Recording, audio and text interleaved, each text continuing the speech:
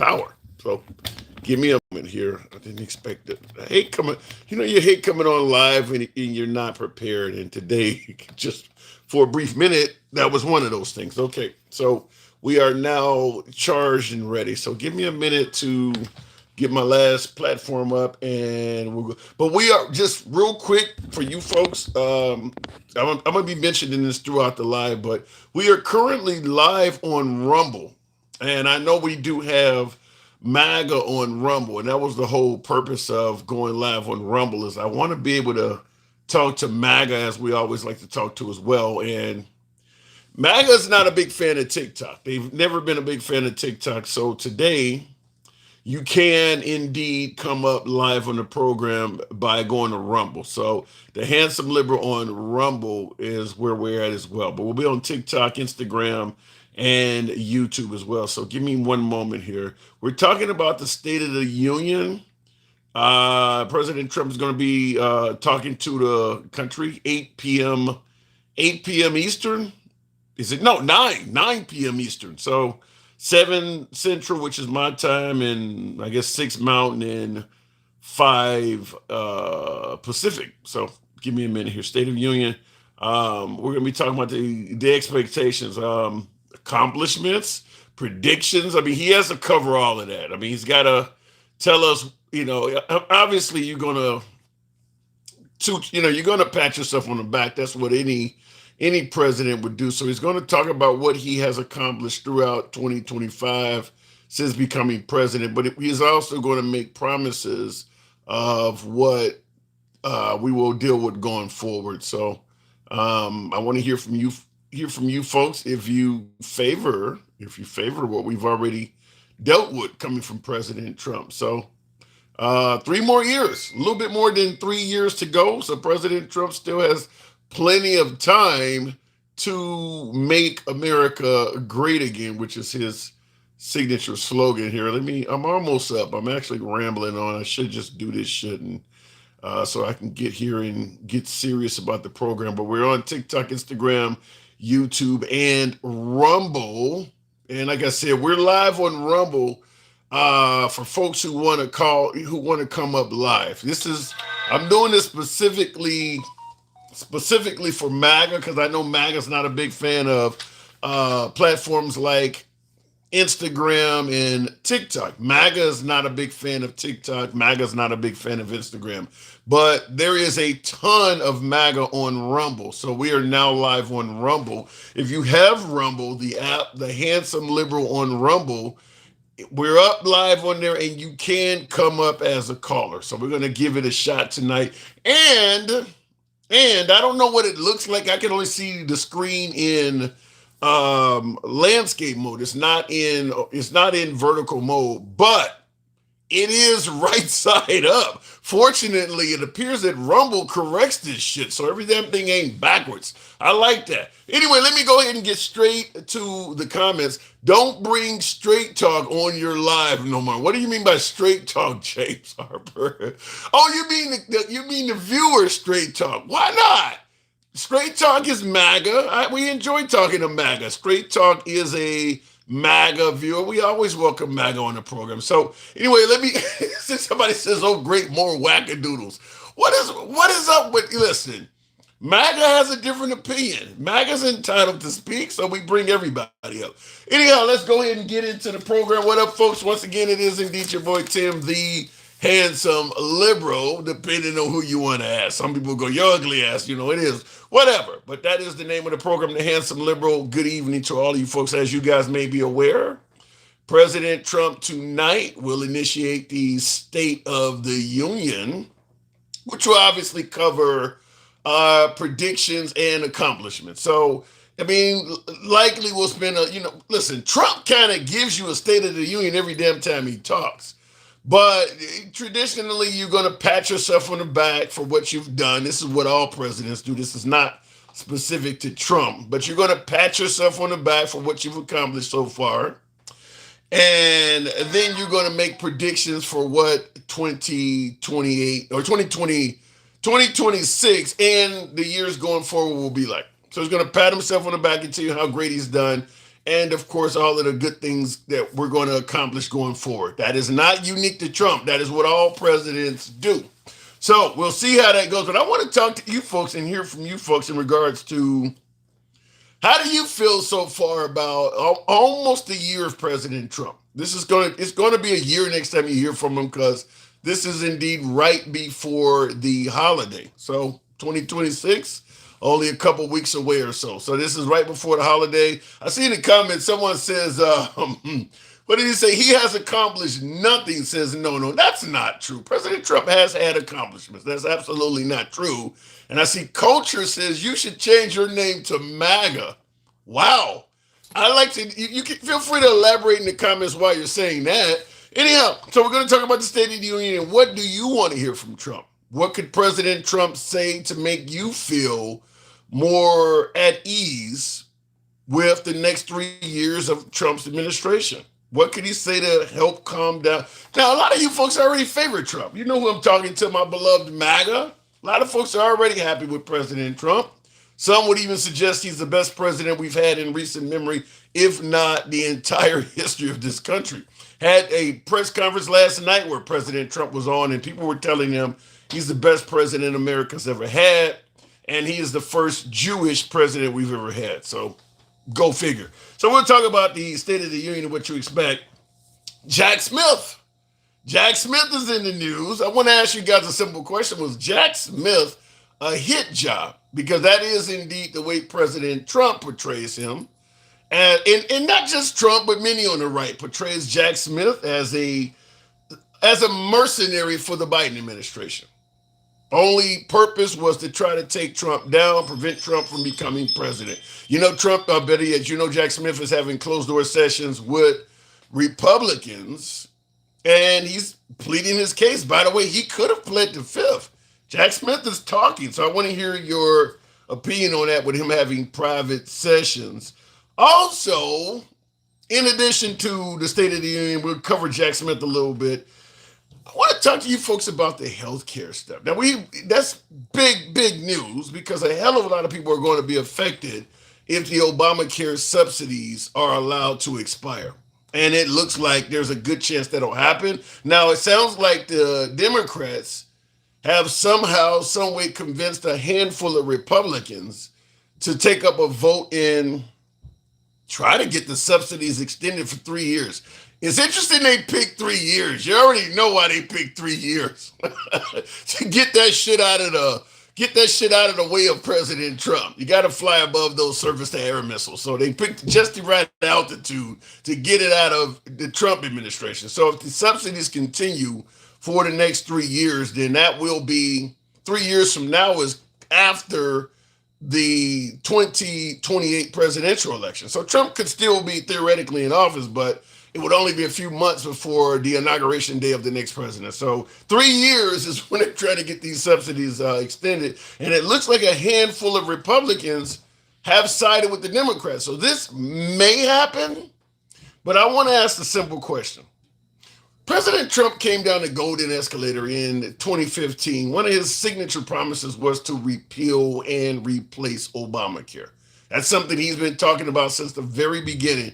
We know that John McCain, the late Senator John McCain, gave him a thumbs down when he almost was able to accomplish it early in his first term. But he's been trying to repeal and replace Obamacare the entire time he's been a politician. So I'm going to ask a simple question. Now that it looks like he is as close as ever to repealing Obamacare, as close as he's ever been, it could literally be weeks away. Why the hell isn't there something to replace it with? I mean, he came down the golden escalator talking this in 2015. It's almost 2026, 11 years later. And he's been president a large portion of that time. He served a full term in the White House, and now he's been in office for another year just about. So he's been president for 5 years. Okay, he's coming this close to repealing Obamacare. Why isn't there anything to replace it with yet?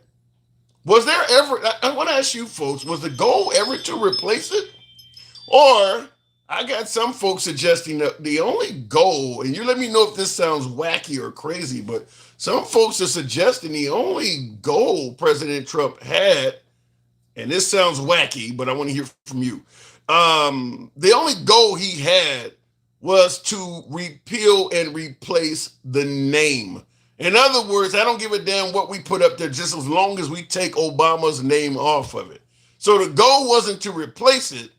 The goal was to repeal Obama's name from it.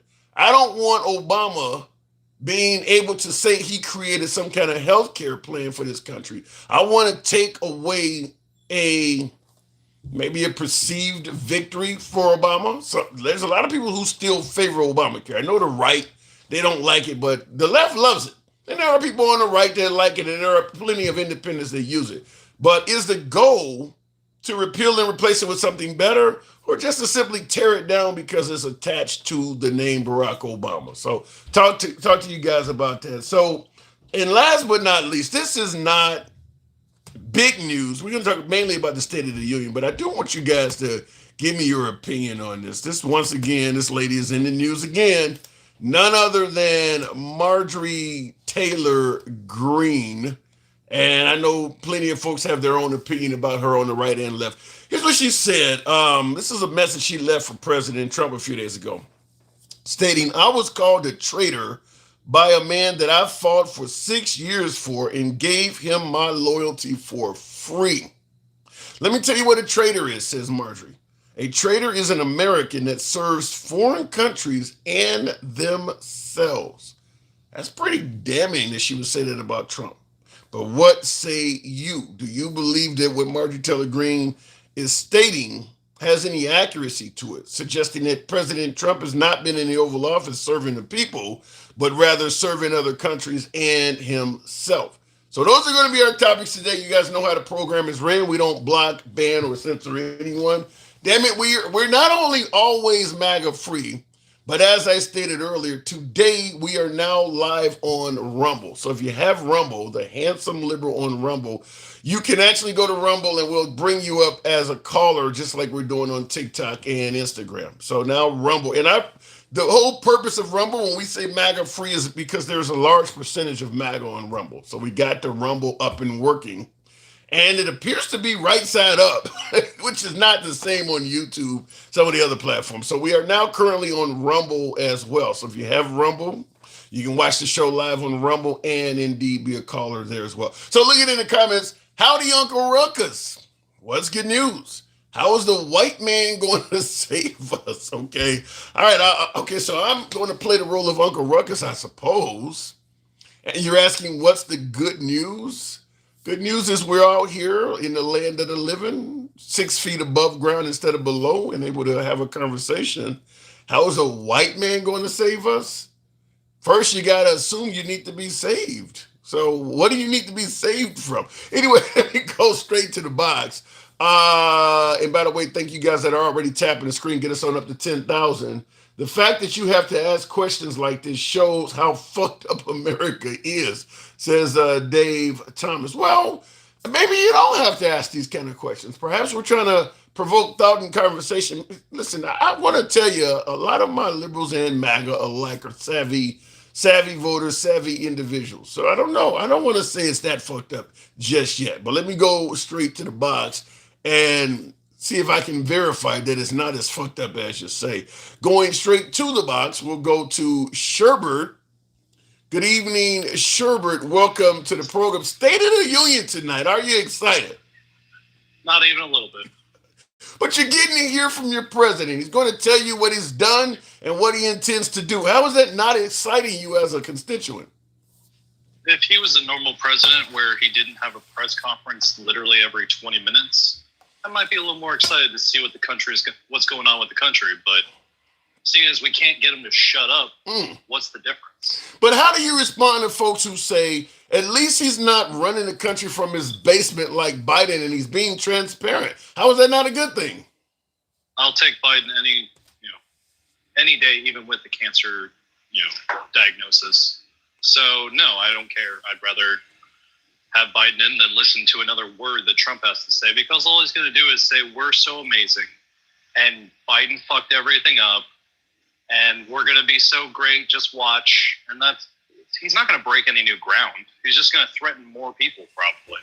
Well, but if he's getting things accomplished with his threats, like for instance, he wants Maduro out. He doesn't want fentanyl coming into our great country. If his threats are getting things done, is that not a good thing? I don't think his threats are getting anything done. We're the laughing stock of the entire world right You now. don't So, think nah, you don't think any of Trump's threats have gotten anything done? I think it's pushed our allies further away from us and made our enemies treat us as a joke. His threats have not deterred folks from trying to get into this country illegally. Has his threats not been successful there? I don't know. That's the only topic you have any kind of ground on. And I didn't think the border was a real problem before. So I don't really know what to tell you on that one, Tim. Has his threats not forced NATO member nations to pay their proper amount in terms of defense? I don't know what that means, seeing as there is no proper amount. Yeah, it is It's all 5%. voluntary. Yeah, it is. They have to pay a certain amount of their GDP in terms of military They defense. don't have to. They ask them to do that. And if they don't do that, there's no fines, there's no fees. You don't get kicked out of NATO for it. So no, it's probably better if the rest of the world pays a little more into that. But also, it's not really a big deal and none of our damn concern. Because we pay more than the top 10 countries combined. But wouldn't it be nice if they do a couple $1 million more a year, will not affect a goddamn thing for us. Well, how about if they take care of themselves, we won't have to do it with our tax money? You think we're going to stop being the world police because they invest a little bit more? Well, we will never give up that power. Never. It doesn't matter. Well, he has promised to operate on an America First platform. Man, they're going after South America, calling it America now. I can't trust literally a single thing that they say, because it's all just warmongering and stupidity. What about his threats strengthening our relationship with Israel? Is that not a good thing? I am not a fan of being friends with Israel right now, with them committing war crimes literally all the time. So that's not a plus for me. Okay. But you would admit his threats are having an effect. You just don't like the effect they're having. Yeah, we're the laughing stock of the entire world right now. Why would I like the effects he's having? Who's laughing at us? I mean, Netanyahu seems to love us. Like I mentioned, Israel. We seem to be... Okay. I think it was Belarus was literally laughing with somebody that they apparently had a war ended by Trump, and said, "Oh my God, I'm so sorry. I didn't write you a letter when Trump stopped our war together, even though they never had a war." They're literally laughing at us because Trump won't shut up. Well, Belarus no, they're laughing at us. It may not be Belarus. Yeah, Belarus is pretty much an extension of Russia, so I don't know what they would even be. I mean, they pretty much are just doing whatever Russia say. I don't know what place they would have in it. I probably have the name wrong. It was definitely two of the countries that Trump will not shut up about him solving the war problem, even though they didn't have a war with each other. Well, in the comments, I see Calvin says, Belarus, he said, "Oh, wow, Belarus is laughing. Who cares?" What about the notion that we don't give a damn who's laughing at us? We're on top of the world. We're the strongest nation on the planet, one of the wealthiest. We don't care who laughs. We're still at the top. I didn't catch that, Tim. I was getting a phone call. What'd you say? I said, what about the notion that we don't give a damn who laughs? We're still the wealthiest, most powerful superpower on the planet. We don't care who laughs. Well, we're not going to get as many things done if we don't have allies. Where are we losing allies? What do you mean by we're not exactly losing allies under President Trump? Tim, we stopped getting national surveillance information from England. Yeah, but it was in our truck boat problems in Venezuela. Yeah, no, we're losing allies and losing information that makes us less safe and less of a superpower.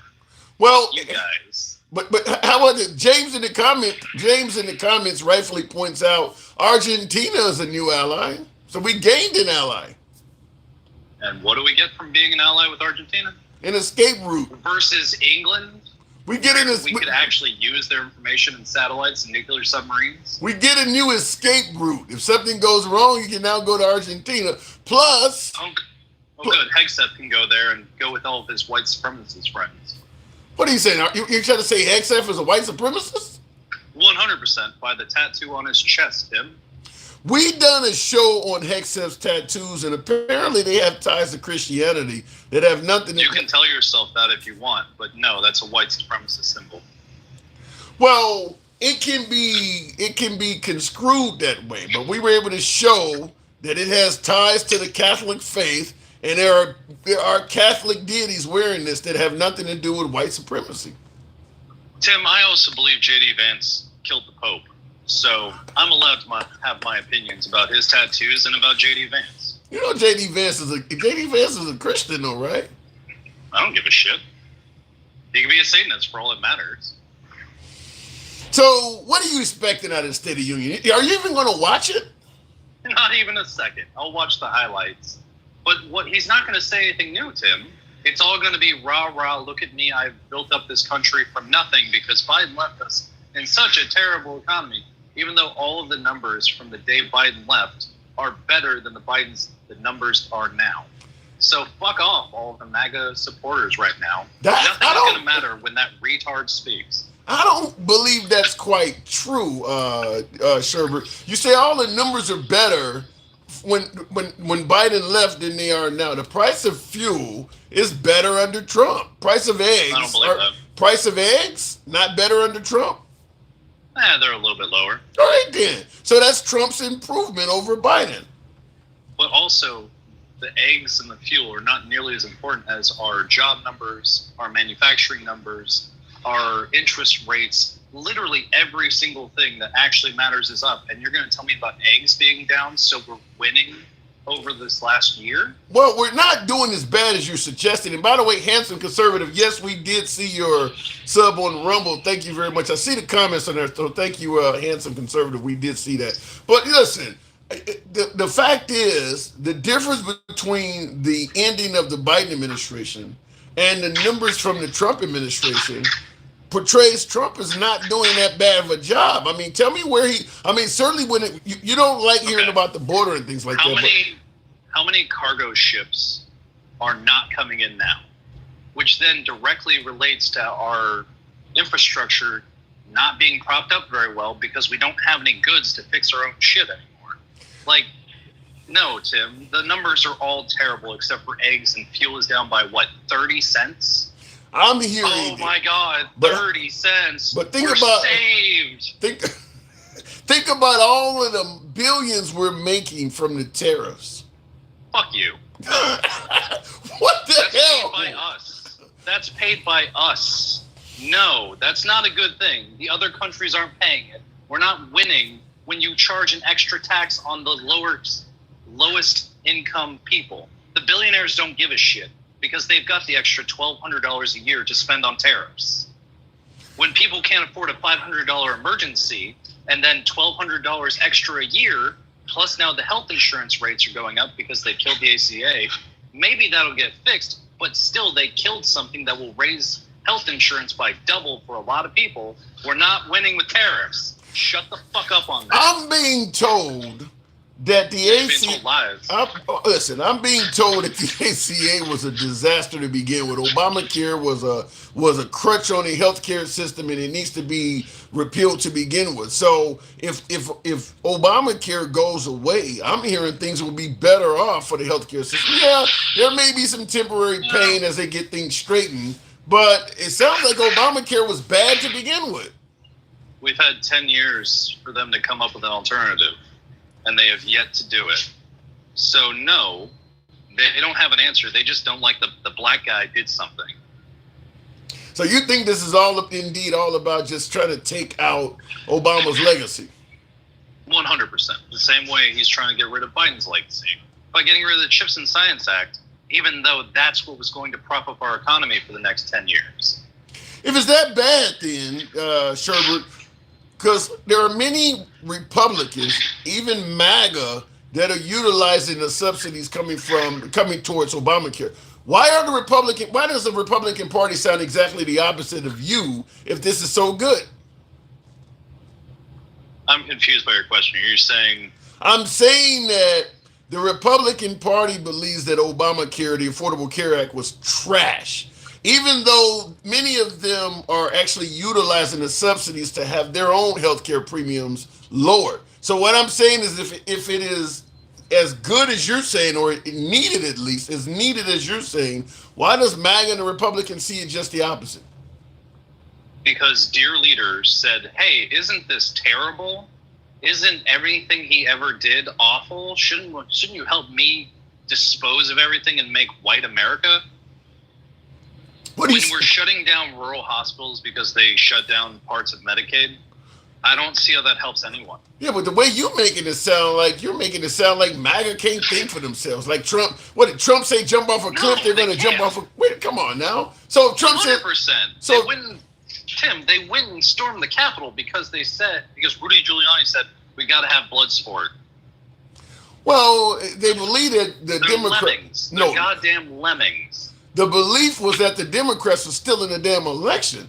Is why they With did what that. proof? Huh? And if they're too stupid to let Ray Epps provoke them, then they're not smart enough to actually run anything.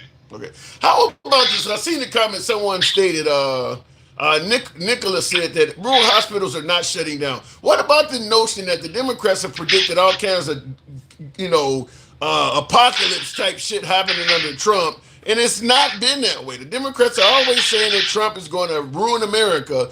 They said come Independence Day, people were not going to be able to afford their barbecue and all of that. It didn't happen. The Democrats keep painting Trump out to be this way, and the stuff never comes to fruition. How do you respond to that? I would say about 90% of that stuff actually did happen. And it's just they're sane-washing every single thing, like getting rid of the Consumer Protection and Financial Bureau, where people are just allowed to get fucked over by the government and big banks now. And they're just going, yeah, but wasn't that terrible the whole time? No, Tim, all of these things have happened. And then you get MAGA Reacts on here to turn himself into a pretzel. And then we got to give him more time, but it's still awesome though, right? Go America. No, fuck you guys. I'm so done with this shit. Well, what he is saying is there's going to be a little bit of short-term pain for some long-term gain, making America great. Listen, if you're going to make a whole country of 330 million people great, it's not going to happen overnight, sure, but it is going to take a little bit of short-term pain to turn all this around. Tim, they only want it for 100 million people. At least Stephen Miller only wants it for 100 million people. What do you mean by 100? Tell me who consists of this 100 million. What are you getting at? There, let me see. Well, I didn't do that right. There we go.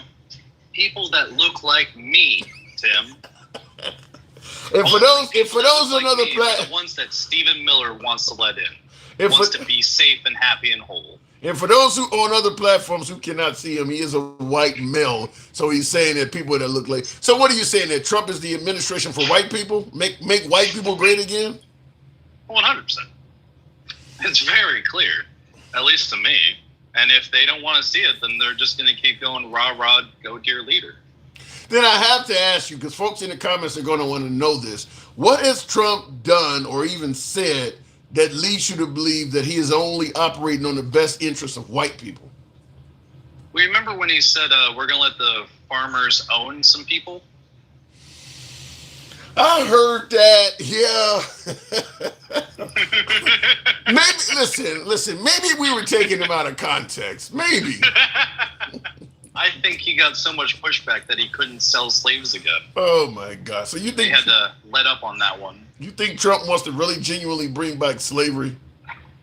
Tim, I just think he wants to be in the news as much as he can because he's a narcissist. It doesn't matter if it's good or bad. Attention is good for him. Well, I don't listen. At the end of the day, considering how little Biden was on television, a transparent politician, a transparent leader, if they're telling the truth, is not actually a bad thing, is it not?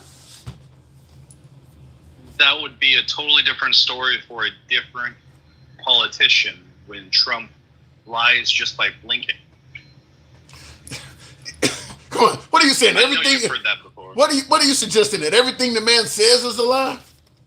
I mean, most. And so when he's going to have the State of the Union tonight, it's all going to be lies or exaggerations of rah rah, I made America great again. Look what Biden did. Biden screwed us over so much. I would really like to get the over under on how often Biden's going to be brought up in that. I was just about to say that when you said Biden, I was going to ask you how many times do you think Biden's name is going to come up? Listen, the man believes that Biden was destroying this country. He said before many times that Biden was the worst president we've ever had. So he does believe Biden was quite destructive.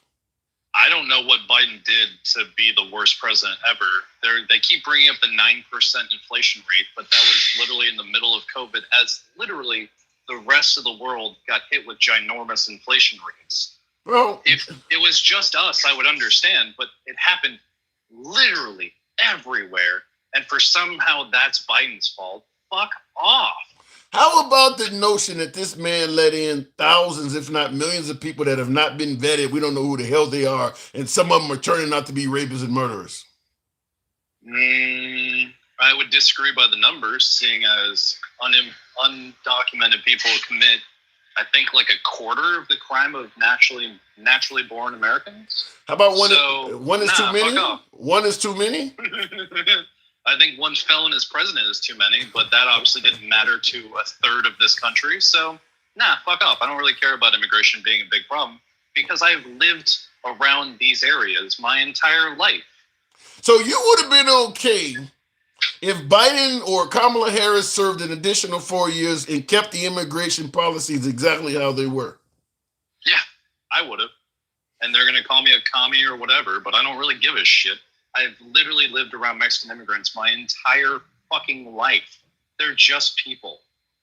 Fuck off that you want to make it white America and they don't speak English. Fuck you. All right. Get Google Translate. All right, Sherman, I'll leave it at that. You're not playing today. I appreciate you coming on, man. Thank you. Have a good night, Tim. You too. By the way, folks, tap the screen. Get the likes on up to about 30,000. We can make that happen. Let your thumbs not be lazy. We're currently live on Instagram, TikTok, Rumble.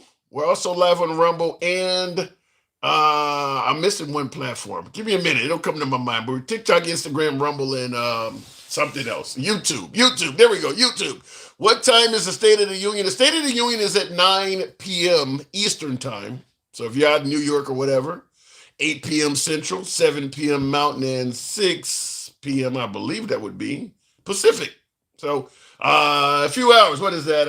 It's currently here in the Midwest, 5:29. So we're still looking at a few hours, a couple hours or so. Bro, I seen 2 streams on YouTube of you just a different angle. Yeah. There's a process in place to come here legally. True, Mrs. JJ. I think the issue is, for many people on the left, is Trump is altering that process. It's kind of like remember the shell game where you move the shells and you try to find out which shell the ball is under.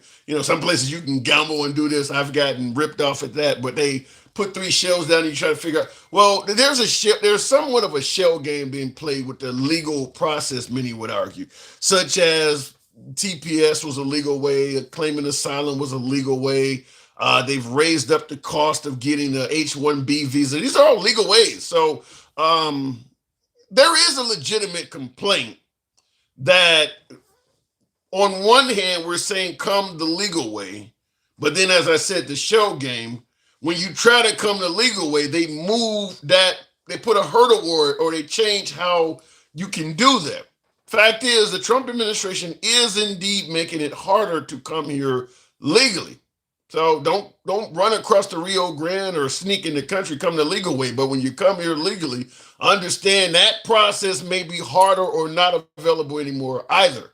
So that's where the shell game is. Anyway, looking in the comments, I see Tom says that's the point. Yikes. I'm just here to laugh at y'all and give real facts. Appreciate the facts there. If we can bring about a chuckle, so be it. Tap the screen, get us up to 30,000. If you knew anything about that song from the Village People, you wouldn't be so fast to sing that song. You do know all the Village People were gay, says Diana. Well, in defense of Trump and my beloved MAGA, Trump often suggests they have no problem with the LGBTQ community. Just don't shove it down their children's throats. So it's not like the Trump administration has ever claimed to have any problem with gay people. So they don't mind that. Looking in the comments though, what about you? What about the universities? What about the universities? Are you talking about the massacre? Well, it wasn't a well. Brown, what happened at Brown? I guess two people. I mean, unfortunately in America, you got to kill a bunch of people before it gets attention anymore. People are kind of used to dying by themselves. Real quick in the comments, what about the one? What about the innocent fishing boats that is blown out of the water? Lorraine, we spoke on this. I'll tell you something. Not we haven't spoke, but we spoke on it on the show. You know something on further analysis. Even though I personally am not a fan of instantly executing someone without any type of due process, I'm no longer certain that the boats being blown up are not carrying narcotics. Based on what I'm hearing, they actually do. They actually are carrying narcotics. They actually are carrying narcotics. But carrying narcotics alone doesn't mean they're coming to the United States or even capable of coming to the United States. Doesn't mean they're carrying fentanyl. I mean, there's a bunch of other aspects to it. I personally would rather they just take the person into custody, show us what the hell they got, and then punish them accordingly.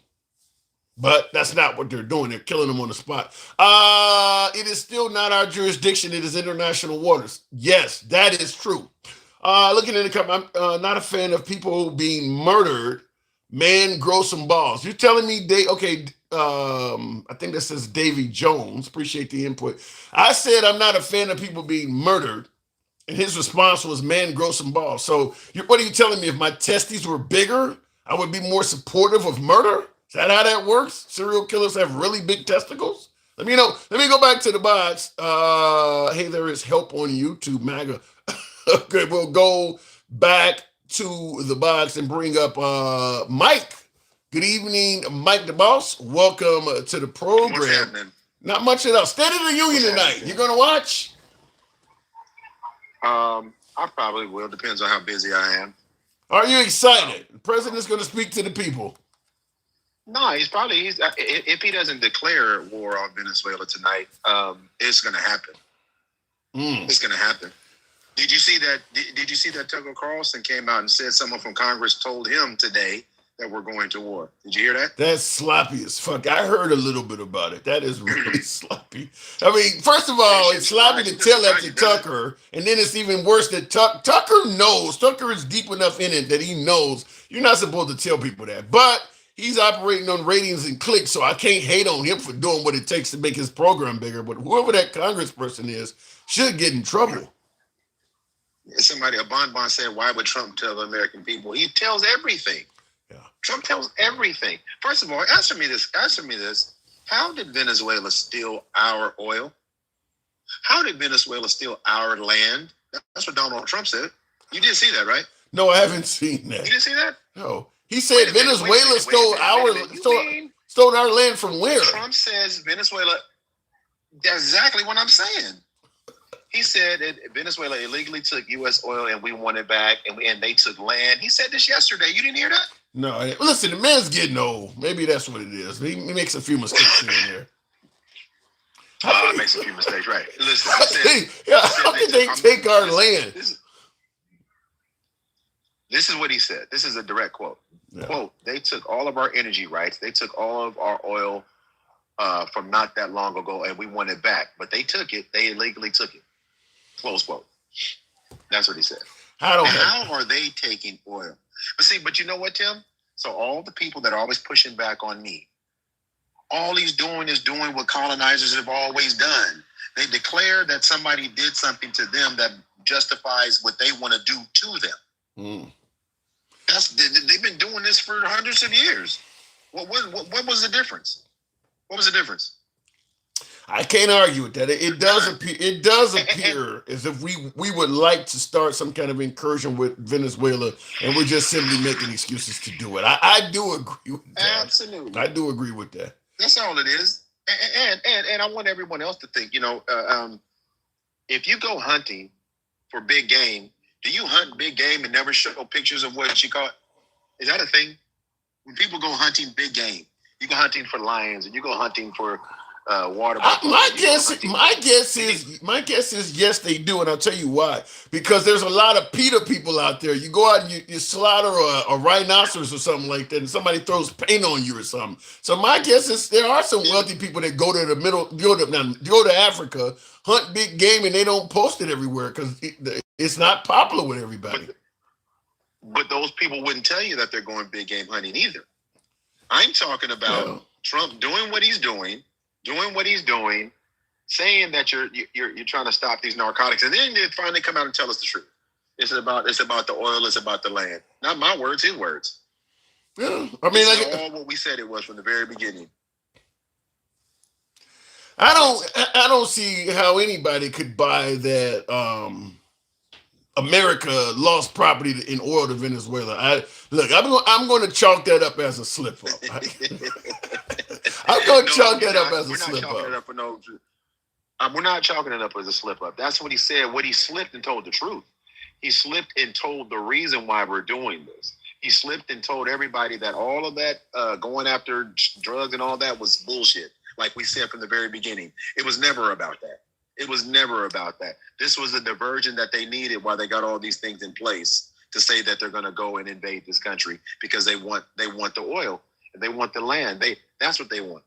And that's what they're doing. And that's what he said. How about this? While you're pointing out things you don't favor from Trump, Sean Fleming in the comments says, let's talk about the $2,000 dividend check. Says Trump promised to give out money? Because if he promises that tonight, that's going to go over well for him. Go ahead. Did you hear me? You think it's going to go over well?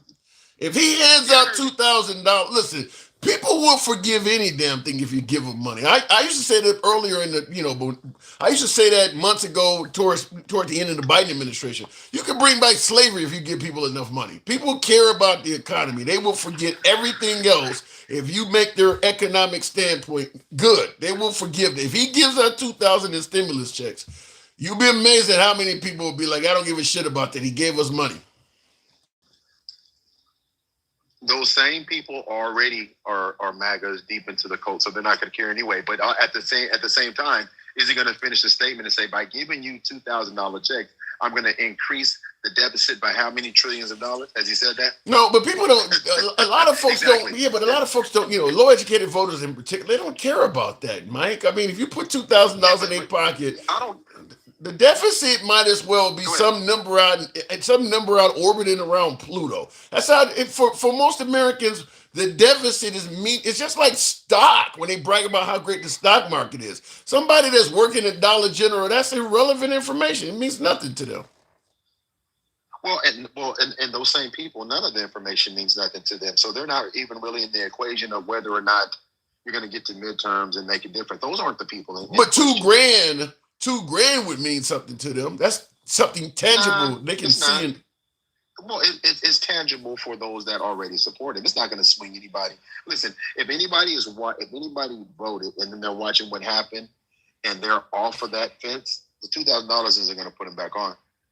Yeah. It's not going to put him back on. But that ain't how you do it. That ain't how you. What you do is you give them $2,000, and then you don't have to be telling the truth, but you make it sound like there's more. You don't just give them $2,000. You say, look, from now on, things have been going so well under my presidency, as I stated, best economy we've ever had. There's enough here, $2,000 every year going forward. I got 3 more years. Every year you're going to get an additional $2,000 because the economy is so great. That's how much money we're bringing in from the tariffs. Once they receive that first $2,000, it's going to be hard to convince them that he's lying about the other ones. So they say. And again, Tim, hey, listen, if that's the route that people want to go and believe, because here's the thing that I'm not doing, and I told myself this a couple of days ago. I mean, we're not talking about his supporters. We're not talking about people that are completely against him. We're talking about the ones that voted and are regretting their vote, and they're looking at midterms, and they're starting to really look at what he's doing. The reality is this: $2,000 isn't going to help change anyone's lives. If you're smart, you know why he's doing it. But hey, a lot of people just aren't fucking smart. It's not going to change. You really believe $2,000 wouldn't help anybody? I mean, you might be late on your rent or something. You don't think that $2,000 would help anybody out? It's not going to. I said change their lives. Well, shit, no. The presidency normally doesn't change your life permanently, but I mean that could help somebody out that's in the But what I'm bind. saying is, well, it'll help them pay the increased price of their healthcare premium. It'll help offset what they're about to get hit with, and maybe he's going to say that. But even Tim, if he wrote everybody a check, it still goes to the deficit. I thought he was going to shrink the deficit. Yeah, I thought they were going to shrink. I think they all kind of. Yeah, I think they all kind of lie to us about being fiscally responsible. Both sides get in there. They talk about shrinking the deficit and all of this stuff, but when they get in there, because Trump is talking about building an Iron Dome and all this stuff, that stuff's going to cost a fortune. Christ. Listen, Tim, it's proven in history. Republicans never grow the economy. They never do. That's not my opinion. You know that. The Republicans historically never grow the economy. They always grow the deficit. They never grow jobs. Tim, you know that. If they're so bad, then why do they keep winning? Why do people keep voting in the Republicans? If they're bad, they should never win an election going forward. Yeah, but it's not just about the economy. So a lot of people just are into whatever they're into, Tim. Just like this time we're in is unprecedented. This time we're in will shape this country for the next 30, 40 years. Easy. Bottom line. But will it shake the country in the right direction? Will we look back and say that 2025, 2026, 2027, 2028 were indeed the wonder years? What does Trump call it? Trump has a term for it. I keep forgetting what he calls it, but a really good time in America. No, it won't. We're going to look back on this time, and it's going to take years. It's going to take years to undo the big, beautiful bill. It's going to take years to undo the damage from these executive orders. It's going to take years to sort through all of these lawsuits that are being filed against the government. It's going to take decades to fix this shit. Decades. And most people they're not paying attention or they don't care. And if you still support Trump and his administration, then you just don't give a fuck. You just don't. You just don't. Because, again, Tim, I'm going to ask you this question. And I know you've got 4 different. Everybody, if they're being honest, we've never had a president run for president with his resume, walking into it. Not what he did once he got in. Like the Monica Lewinsky shit once Bill Clinton was in office. I'm talking about walking in, running, campaigning with felonies and essays and all this shit. They would never accept it for any other president. They accepted it because he has moved forward this far right-wing white Christian nationalist agenda. But if what you're saying is true, and it absolutely is, he did have felonies, but if he's that bad, how did he win and beat every swing state? And by the way, in the comments, Terrence even says, I'm so glad that woman lost, referring to the one and only Kamala Harris. But if he's that bad as you're suggesting, how did he win so handily? He's white, and he's racist. And he's, listen, let me finish. He's white, he's racist, and he fear-mongered on what he knew, the subset of black. Listen, Steve Bannon said it. They targeted black men. They targeted Hispanic men with the misogyny, with the homophobic shit. And when you talk to them, what do they say, Tim? When you talk to black and brown MAGA supporters, what do they always say? They talk about women, men in women's bathrooms, and they talk about the LGBTQ community, and then you get a subset that talk about a women can't lead anything. Yes or no? They're not a big fan of the LGBT community, but the border, which is something I bring up often, the border is also something the Biden administration screwed up, and it helped Trump get in there. And Trump has indeed, according to a lot of Americans, done a significantly better job at managing our border than President Biden. And appreciate that, Mr. Walter. Thank you. I understand what they're saying, but they don't go back and read. See, they dismiss you can Greg see it, Mike. You don't need to read. You can see that. You can see that immigrants are not lying all over the streets, getting free hotels and stuff. That's bullshit, Tim. That is bullshit. And if you go back and read what Greg Abbott and what Ron DeSantis did, they created the problem. They said they were going to create the problem. They created the problem, and then simultaneously blame Biden for the problem they created, Tim. They shipped those people to those cities. Biden didn't do that. They blamed him for it. He didn't do that. But the people had to ship people to Chicago. But the people had to be here for them to be able to do that, though, Mike. Tim, they're always here. This is the crazy part. This is the fucking crazy part. They're always here. They're always. Do we have an influx after COVID? Of course, that would have happened under any circumstance. But that wasn't their goal, Tim. That's what I keep trying to tell you. And it gets so frustrating for me to listen to people demonize a group of people and let the very people that did it off the hook for doing it. Greg Abbott and Ron DeSantis spent money busting those people. They sent them there for the reason to create the problems in those blue cities. They did it on purpose. Those are my words and their fucking words. Yeah, but why not do what everybody wanted Trump to do? If you want to declare asylum or you want to come to the country, you have to put in the application in your own country, remain in Mexico, whatever the case may be. And it's been able to stop a lot of this. I mean, under Trump, you haven't had all of these immigrants coming in the country, and a large portion of America is happy that way. Tim, okay, let me say it this way. Just be busy, I think it is. So let me ask you this, and this is the hypocrisy.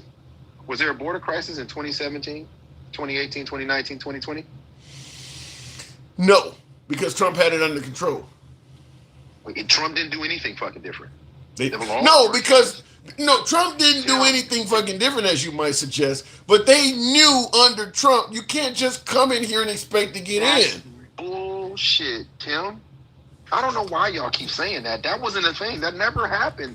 You can only enter by the laws that permit you from coming in. What he did do was make it more complicated. He's the one that reassigned judges. He's the one that changed their caseload to quotas that were unimaginable. He did that on his way out of his administration. Yeah, but he's also the one that got the border under control. Real quick in the comments. It's not under. It is certainly significantly. It's much more under control than it was under Biden.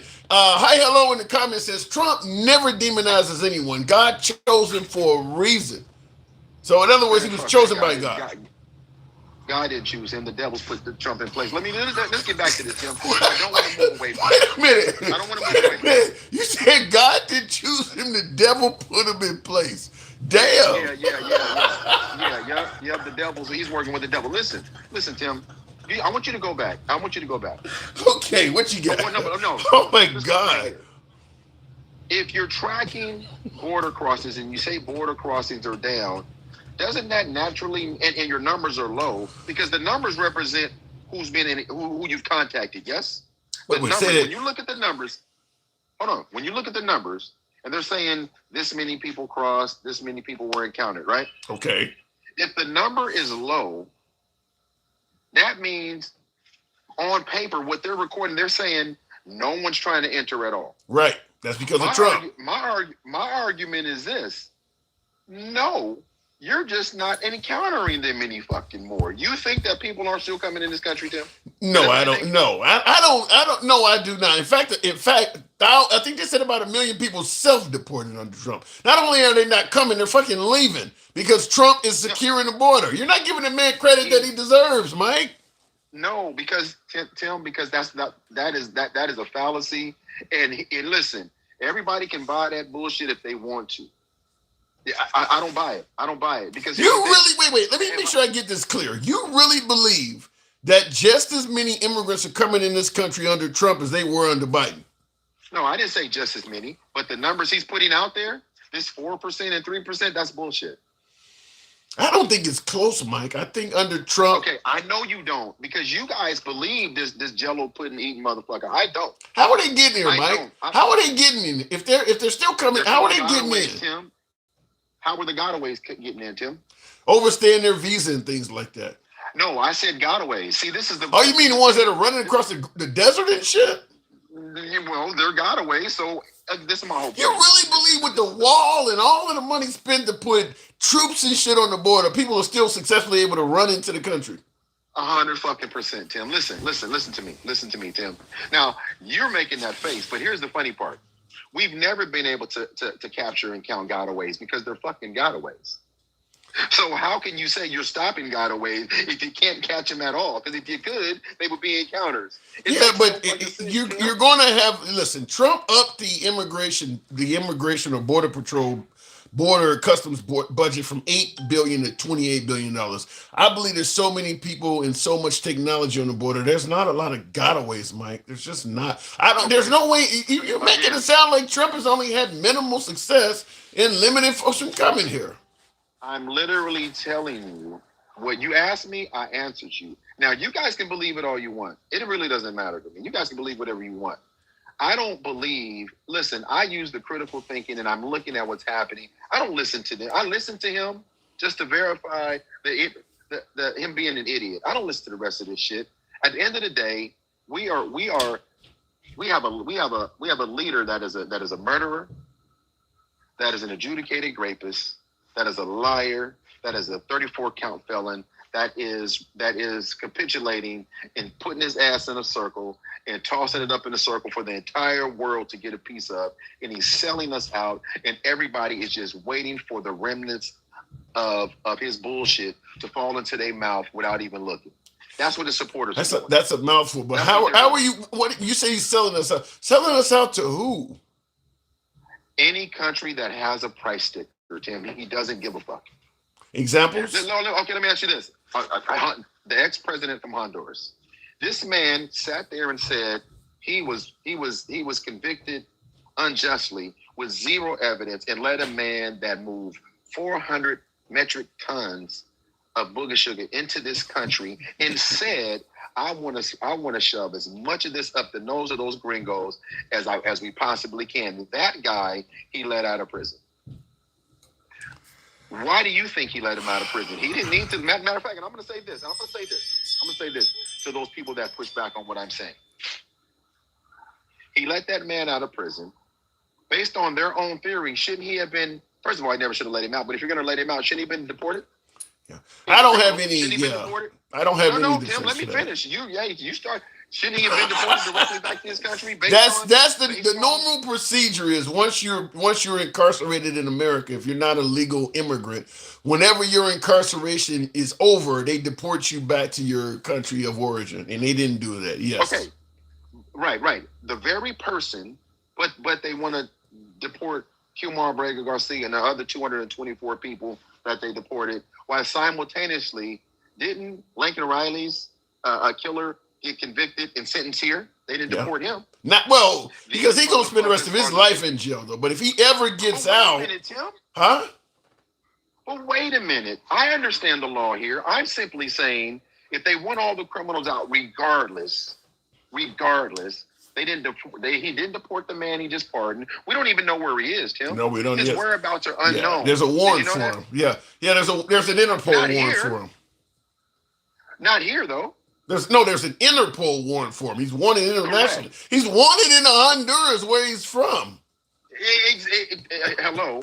So he's wanted where he's from. But what we should have done, if he's going to pardon him, he should have deported him right back there, right? Yeah. Based on their logic. Yeah. That's their logic, not mine. That's the law normally. Yeah, it is the law, right? And it's funny, even in the comments, yes or whatever. These are the ones that are so far gone, they don't know what to do with themselves. We boom all these blows. We unalive all these people with no evidence. He has no evidence this man wasn't who he was, although him, his brother, and his nephew were convicted of the same crimes. His brother got a life sentence. Trump hasn't mentioned his brother once. You know why? Because his brother wasn't president. Trump is trying to get this man back in power over there. You watch what I tell you.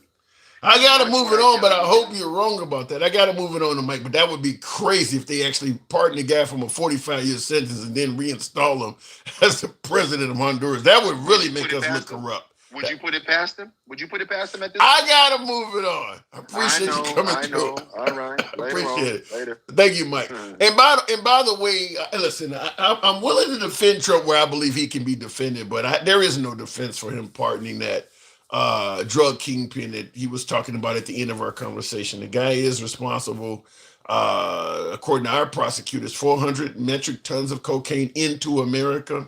got a 45-year sentence, and Trump he got sentenced to 45 years in federal prison last June 2024, and Trump just pardoned him about a month ago. So Trump shaved like 43 plus years off of that sentence. Trump claims he didn't get treated right or didn't get a fair trial or something like that. Why would you be invested in that? I don't have any defense for that. And then of course, as we were continuing on, my last caller rightfully pointed out that we not only did we pardon him, but we then did not even deport him back to where he came from. So listen, if you're an immigrant in this country without no legal right to be here. Even if you came to visit, let's say you're on a visitor's visa that expires in 30 days, and while you're here, you commit a major felony, you get 10 years in prison or whatever. When you get out of prison, you're going to be deported back to where you came from and likely banned from coming to America ever. This guy was not deported to where he came from because where he came from, they also have a warrant for his arrest for, I believe, for trying to steal an election. I don't know what it is about Trump and these people that steal elections, but the country where he used to be president, Honduras, because and I'm not just joking about Trump and these people trying to steal elections, because there's also someone down in Brazil that President Trump was threatening the nation of Brazil with tariffs if they didn't let that guy out. He also was a former head of state in Brazil, and he tried to steal an election. They caught up with him and prosecuted him in Brazil. And Trump has been threatening to punish Brazil if they don't let that guy out. So I don't know. I don't know what Trump has in common with people trying to steal elections or why he liked those people, but that is something that he seems to be getting involved in. People who are known for staging coups. But anyway, yeah, I don't understand why Trump pardoned the guy. I don't think it's hard to explain that. Trump doesn't care about money. Geez, why would you think that? He's a great Christian man who loves more than himself. It's the golden age. Let's all celebrate the greatness. Well, golden age sounds nice, but I gotta vehemently disagree with you in regards to President Trump not caring about money. I mean, that I would, other than claiming that he didn't take a salary, I don't know what that's based on. The guy's been making a ton of money since he's been in politics. I haven't seen anything to suggest he doesn't like money. Let me go back to the box, tap the screen, get the likes on up to 60,000. We can make that happen, absolutely. By the way, help your boy out with the TikTok crown goal. We can certainly do that. We'll go back to the box. Don't know what I'm looking at here, but we'll go to, I think it says James. Only a fool would say he cares about us. Well, I disagree with that. Trump does care about, hold on. Trump does care about us. It just depends on who us is. Every president has people in this country that care about and people in the country that think they don't care about them at all. Like the LGBTQ community might think that Biden cared about them, whereas they probably think Trump doesn't. So there are people in the country that feel confident Trump does care about them. And there are people that feel confident that he doesn't. James, good evening. What's going on, Tim? Not much at all. State of the Union this evening. And I see somebody in the comments said he doesn't care about Democrats. That is true. State of the Union address tonight. What are you expecting? You expecting some good times? You're going to tune in? I'm expecting him to go off the rails. Whatever that teleprompter is supposed to say, he's not going to say it. He's going to ramble for a good minute like he's been doing lately. Is that not a good thing to have a president that doesn't need to follow a teleprompter all the time? He's capable of forming his own thought? Tim, you seen the thoughts that he's been rambling about snakes and other bullshit like that? Come on now. Well, listen, he is an older guy, so sometimes that comes out. But many folks like that when he's speaking, his mind is not working on auto pen. He's telling you how he feels. So you just admitted that his mind is off, which means that he should not be president. I don't know if his mind is off that much. I mean, we had 4 years of Biden. Did you think Biden's mind was sharp as a tack? Okay, wait, hold on. You just said we have 4 years of Biden, Yes. which means that we should be able to pick that up even better now and be like, no, we're not gonna go through this again. Well, but the problem is, James, the Democrats completely lied about Biden's cognitive abilities. Now they want to hammer Trump. You realize how hypocritical that looks? Wait, hold on. You want to know why they hammering Trump now? Because Trump was the leader of pointing that out, talking about look at Sleepy Joe, look at Sleepy Joe. Yeah. What's he doing now? He can't even go one meeting without falling asleep right there in front of the camera. I mean, Trump has indeed dozed off a time or two, but many would suggest it's because that guy keeps a schedule like nobody's business, where Biden, you could barely find him on TV once a week. Trump flies to many countries. He's on television all times of night. Tim, they already compared like what he doing now to what he doing his first term, and they already said his schedule has reduced 39% from the first term. So he's not doing more now; he's doing less. Okay, but even if his schedule has reduced, as you say, compared to his first term, it's still significantly greater than what Biden was doing, right? No, it was not. Biden wasn't on TV and holding. Stop being a fluffer and shoot, Tim. No, I'm serious. How often did you see Biden on TV? You see Trump on TV holding press conferences damn near daily. You were lucky to get one or two out of Biden per month. He likes seeing himself on TV. How many of those press conferences that he been on actually had some substance? Most of those have been most of those times you see him on TV, it's all about him doing self-gratification. Well, if he thinks he's doing a good job, is it wrong to pat yourself on the back? As much as he's doing it, come on now, Tim. I mean, the guy thinks he's doing a good job. I mean, what can you say? Andy says you have TDS in the comments. I see that. Biden was on TV once every month, if you're lucky, says MAGA Reacts. So, in other words, you're getting Trump, you're getting transparency. He's letting you know what he's going to do. People like that. Tim, you can't tell me you have not watched one of those one of those cabinet meetings, watching them sit there. They have to praise him for at least a couple minutes before they can even say anything about what's going on in their job.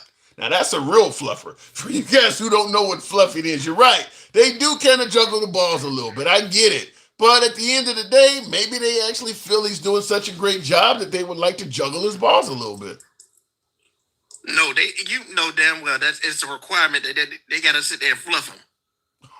And I see, speaking of fluff, in the comments, I don't see what the name is. He said, Mr. Somebody says, Tim renamed your channel to Fluff Daddy. What are you trying to say there?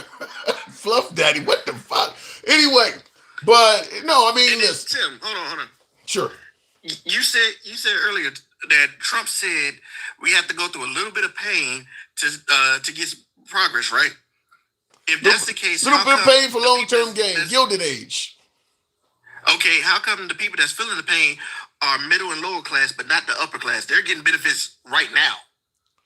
Well, you know, they always say I never got a job from a poor man, so you got to give it to them, and then it'll trickle down into jobs and things like that and opportunities for the poor man. And history has proven that trickle-down economics does not work. It didn't work with Reagan. It didn't work with Bush 1. It didn't work with Bush 2. Well, history hasn't been kind to trickle-down economics, but maybe Trump has something different in store. He didn't have nothing in store his first term. What's he going to have in store this time? Besides all the stuff that he's been doing, where he's been making himself rich, while the value of our dollar's been falling, unemployment's been rising, inflation's been rising, and things like that. Well, you say nothing in store. The first time the economy was pretty damn good. In the comments, Huey says those are happy ending massages at the end of cabinet meetings. Those are happy ending. So what do you say? Trump gets a happy ending massage? No, listen. Under Trump's first term, which is why a lot of folks strongly wanted to give him a second term, is people really enjoyed how the country was being managed under Trump's first term. They felt secure. They felt financially okay. I mean, they enjoyed what he did for us the first term. You could have sat there and not done any of the policies, and we still would have had a better outcome than at the end of his first term. That was a goddamn lie. So the only reason why they saying that because they got a stimulus check at the end of his term. That's what they thought was a good thing. So how are you seeing your finances under Biden, your personal fight? Were you doing better under Biden's watch than Trump's first term? Yes. A lot of Americans disagree, man. A lot of Americans point to rising gas prices, rising groceries, the price of eggs, all that stuff that went up. And not only were things going on. The whole thing about the eggs, That's supply and demand. Remember when we had that bird flu that was killing chickens and things like that. That's when the demand was higher than the supply. Yeah, Within but a year, that reversed. Remember, they had to kill off a lot of those dead birds, and then once let them sit for like a while, and then it comes back up. Same thing with deer. Same thing with crabs. They sit there and restrict the supply for a certain amount of time to let nature build itself back up before they go back into it. Yeah, but James, at the end of the day, if it's happening under your watch, you're going to get credit or criticism for it. People are not going to go dig into those actual meaningful reasons you're pointing out. If it's like just like gas, right now the price of fuel is getting to be pretty low under Trump's watch, and the left is like, well, it's not really Trump, it's the winter blend, or it's this reason. If it's happening under your watch, you're going to get credit for it. Just like if gas was $5 a gallon right now, the liberals would be blaming Trump. They wouldn't be coming up with all these other excuses for why it's not the president's fault. But because gas prices are favorable, they don't want to give Trump credit. Do you not see that? The difference between now and then is not even what 30 cents. It's 30 cents in your pocket, though, James. 30 cents that truck drivers use where they may fill up all the time. I mean, that 30 cents adds up. That 30 cents can translate to cheaper goods and services because they have to be shipped via truck and rail and things like that use fuel. That's 30 cents. That's good. But that's the thing that they weren't talking about. Because remember, when under Biden, he was producing more than Trump did in his first term. What do you mean producing? Like we were drilling and producing more oil in the first term, in Biden's term than we did in Trump's first term.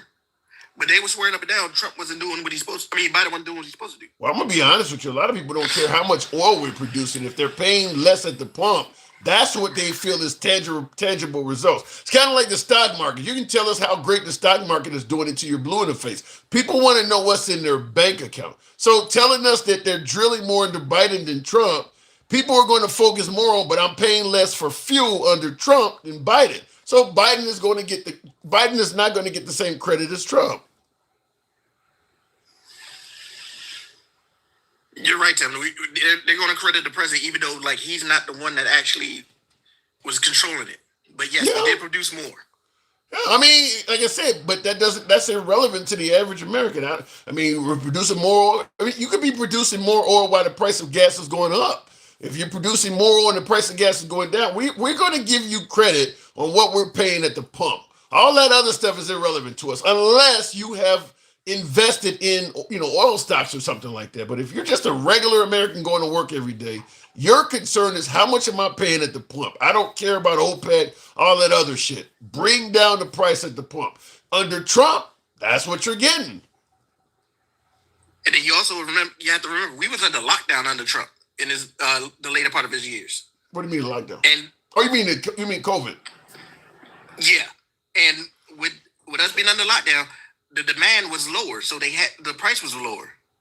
Yeah, but what about right now? We're not under lockdown right now, and under Trump, the price of fuel is declining every damn day. It's getting cheaper and cheaper. The price of fuel has been fluctuating under Trump. It's been going up and down this entire time, Tim. The last 4 or 5 months, I haven't seen a lot of fluctuation. It's been going down a few pennies here or there per week. You've seen fluctuation? Yes, I've seen it go down and I've seen it go back up. Back up? What is the high you've seen? Where I'm from, gas was over $3 when Biden left, and I've seen it go up to like $3.25, $3.15, and then I've seen it go down to like $3.98. When the last time you seen it at $3.25? If that's the high point, when is the last time you saw that? It was around the summertime. All right. So, like I said, the last few months it's been going down. Summertime has been 5-6 months ago, or at least 4 or 5 months ago. I mean, so gas prices have been going down. Like I said, it's been fluctuating. But it's not that much of a difference between this year and last year. You mentioned 30 cents. That's not much of a difference, but that is a tangible difference to some folks, depending on what industry you're in, depending on how much you drive. Well, let me ask it to you this way: has Trump done anything good for America in your eyes? No, what he's been doing is lining his own pockets. And then for all those people that talk about, oh, he donated the presidential salary. If he didn't donate it, he'd fall into the emoluments clause, which is an impeachable offense. Well, first of all, when you say he's been lining his own pockets, you would agree that every politician, when they're in there, they're lining their own pockets at least a little bit. To this degree, Tim, He's, like we was a little bit more into Trump. I get it, a little bit more into Trump, but I mean, every president. I mean, Obama's. Come on, hold now. on, hang on. It's getting to the point. It's blatant, Tim. Okay, Like, I get it. People would say, like, it's worse than Halliburton and with Cheney. Well, listen. At the end of the day, if people's pockets are being lined, they'll turn a blind eye to him making a little bit of money because a lot of it is coming from other countries anyway. It's not hurting Americans, right? Tim, he just pardoned a dealer, and he pardoned a crypto bro that was laundering money. Well, listen. The guy tends to pardon a lot of people. That part. So you're saying it's okay to have partners on sale? And then remember, he's also trying to make it so that people can buy citizenships. Remember the gold card?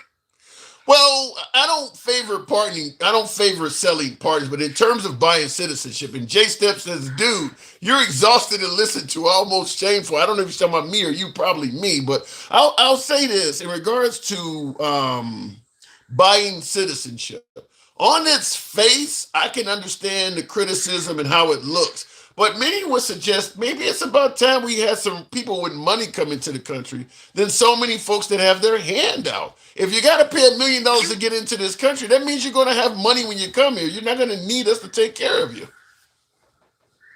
But Tim, those people still can get through the immigration process. But now you're saying like, oh, we're going to do it like a fast pass. We're just so if you give us this amount of money, you can just bypass the line and go right to the front.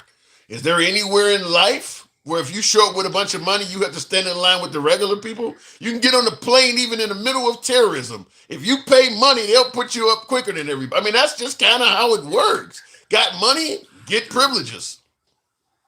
But you're talking about paying to do that. Oh, that means you're bypassing the vetting process.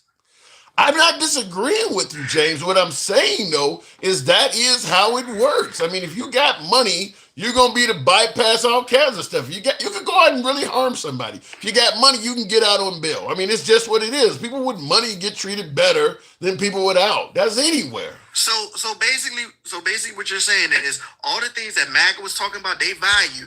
It's okay to toss that shit out the window only because the person that's doing it has money. They may have exaggerated a little bit on that. They may have exaggerated just a tad. A little bit? Just a tad. Tim, just a tad. Not even a year ago, what they were complaining about. Oh, Biden is overreaching with all these executive orders. How many executive orders has Trump done since January? He is an executive order in chief. I mean, it's a lot. It's probably going to be historic. I don't mean for a guy that's only been in there a year. It's probably going to be historic because I don't think Congress has really done much of anything but just collected a check. Pretty easy to be a congressperson right now. You really don't have to do shit. You can take a phone call here or there. I mean, it's been a pretty good time to be Congress. They haven't done anything. Not only that, remember they were swearing up and down. The Democrats are going to use the army against the citizens. Who's the one sending the National Guard into the streets? I'm hearing it's lowering crime, James. I'm hearing that's a good thing. People are telling me they feel so. Tim, you mean to tell me we're going to send people who have no idea what the laws are in these areas? They're sitting there like protecting and serving the law. They're following the rules. I'm being told that folks are feeling so safe they don't mind walking down the street, walking to dinner in D.C. when they were afraid to even park their car there before this. So I'm being told the crime is very low now. The crime is not being low because they're not even in the areas where the crime is. This is what they're saying. The crime is already dropped. The crime is already dropping before they even showed up. Trump just used that as an excuse. What's the point? What's the point in them trying to make a QRF around the country to stop protesting if that's a protected ability? Yeah, but it's a difference between crime coming down and crime plummeting. They're suggesting under Trump, crime has plummeted to the point where, I mean, I think they said for a time in D.C. they didn't have a murder for like a week or two. That's big. I mean, he's saving lives. You talking about the same people that hide any report that's negative? They say a lot of liberals do the same thing. And in the comments, Rick Moore says, Tim, I've lost confidence in you as a level-headed individual. How the hell did I lose confidence, Rick? Now, listen, I get what you're saying there, James. I'm just simply saying that folks are claiming that the crime in D.C., even with it coming down, was still astronomically high. And since President Trump But sent they have no stats to back it up, Tim. They're just saying this stuff. Just like they're saying, oh, the economy's doing great. If the economy's doing great, why is unemployment so high? Why is inflation so high? well, short-term pain. They had to fire a bunch of federal workers and things like that. You know, the tariffs, some of that stuff is Short-term pain, but the main things that they've been getting rid of is the oversight that's supposed to be protecting the people and the jobs and cutting out jobs in the government, which is slowing shit down and fucking shit up. well, you got to get a guy a chance. He's only been in less than a year. A lot of stuff you're complaining about. He's going to. He's done worse in this 1 year than I would say post 9/11 Bush. Worse how? Under Bush, the economy was significantly worse. What do you mean? How has he been so worse? How many people have lost their job this year, Tim? I think we're like close to like over 1 million people right now. Well, I'm hearing that a lot of it was waste, fraud, and abuse. They were just sitting around collecting a paycheck. You trying to say waste, fraud, and abuse, Tim?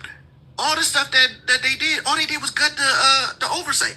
They didn't touch the defense budget where the most waste, fraud, and abuse is. In fact, the changes that they did, like all the stuff that they said, oh, we did this, were already paid for contracts.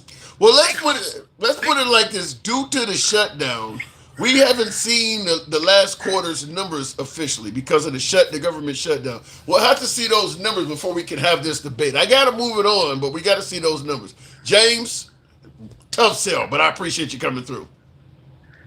No problem, sir. Anytime. Come on back anytime. Real quick in the comments, Tim is selling out for money, says Poe Bill. Someone is at the front door. Is that some angry Democrats at my door? Got me feeling like Brett Kavanaugh. Wait a minute. First of all, when you say Tim is selling out for money, God damn it, do you see a bunch of shit popping up on the screen? Who the hell is giving me the money? Have you seen a bunch of galaxies popping up? I asked you folks to help your boy out with the TikTok cap go. Have you seen it? Pope, what are you talking about? Selling out for money. Where the money at? Let me know where it's coming from. I'm not seeing that. Real quick in the comments, Aliwan, I think what it says, Eliwan, I'm going to pronounce that right. 2025 recap. The Russian army did not take Kyiv. It effectively occupied the White House and the GOP. And Putin hosts photos of President Trump sucking Bubba. At this point, DT stands for deep throat. Damn. Now, let's break that down. You're saying 2025 recap, the Russian army did not take Kyiv. That is true. Predominantly because of the United States. Thanks in part to the United States stopping that. Because they probably would have taken Kyiv if they weren't getting, if the Ukrainians were not getting so much help from the West, particularly us.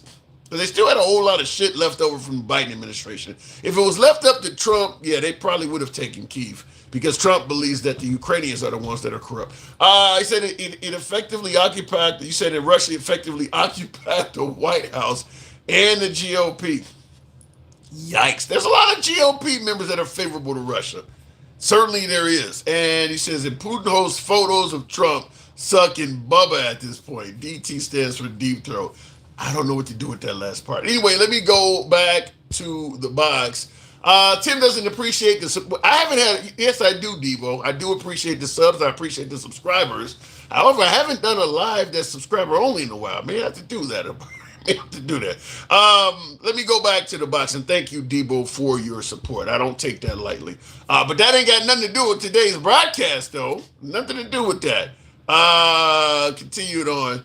Tim, your fluffing is to a point of no return. I believe you walk around alone in your house with the MAGA hat on. So what he suggested, I'm walking around butt naked with a MAGA hat on? What the fuck? Damn. Oh my God. Didn't Cal. I tried to bring him up. I don't know what happened. We'll continue on. We'll make it happen with Andy. Please stop your ranting, says Carol Smith. Ranting, huh? Andy, good evening.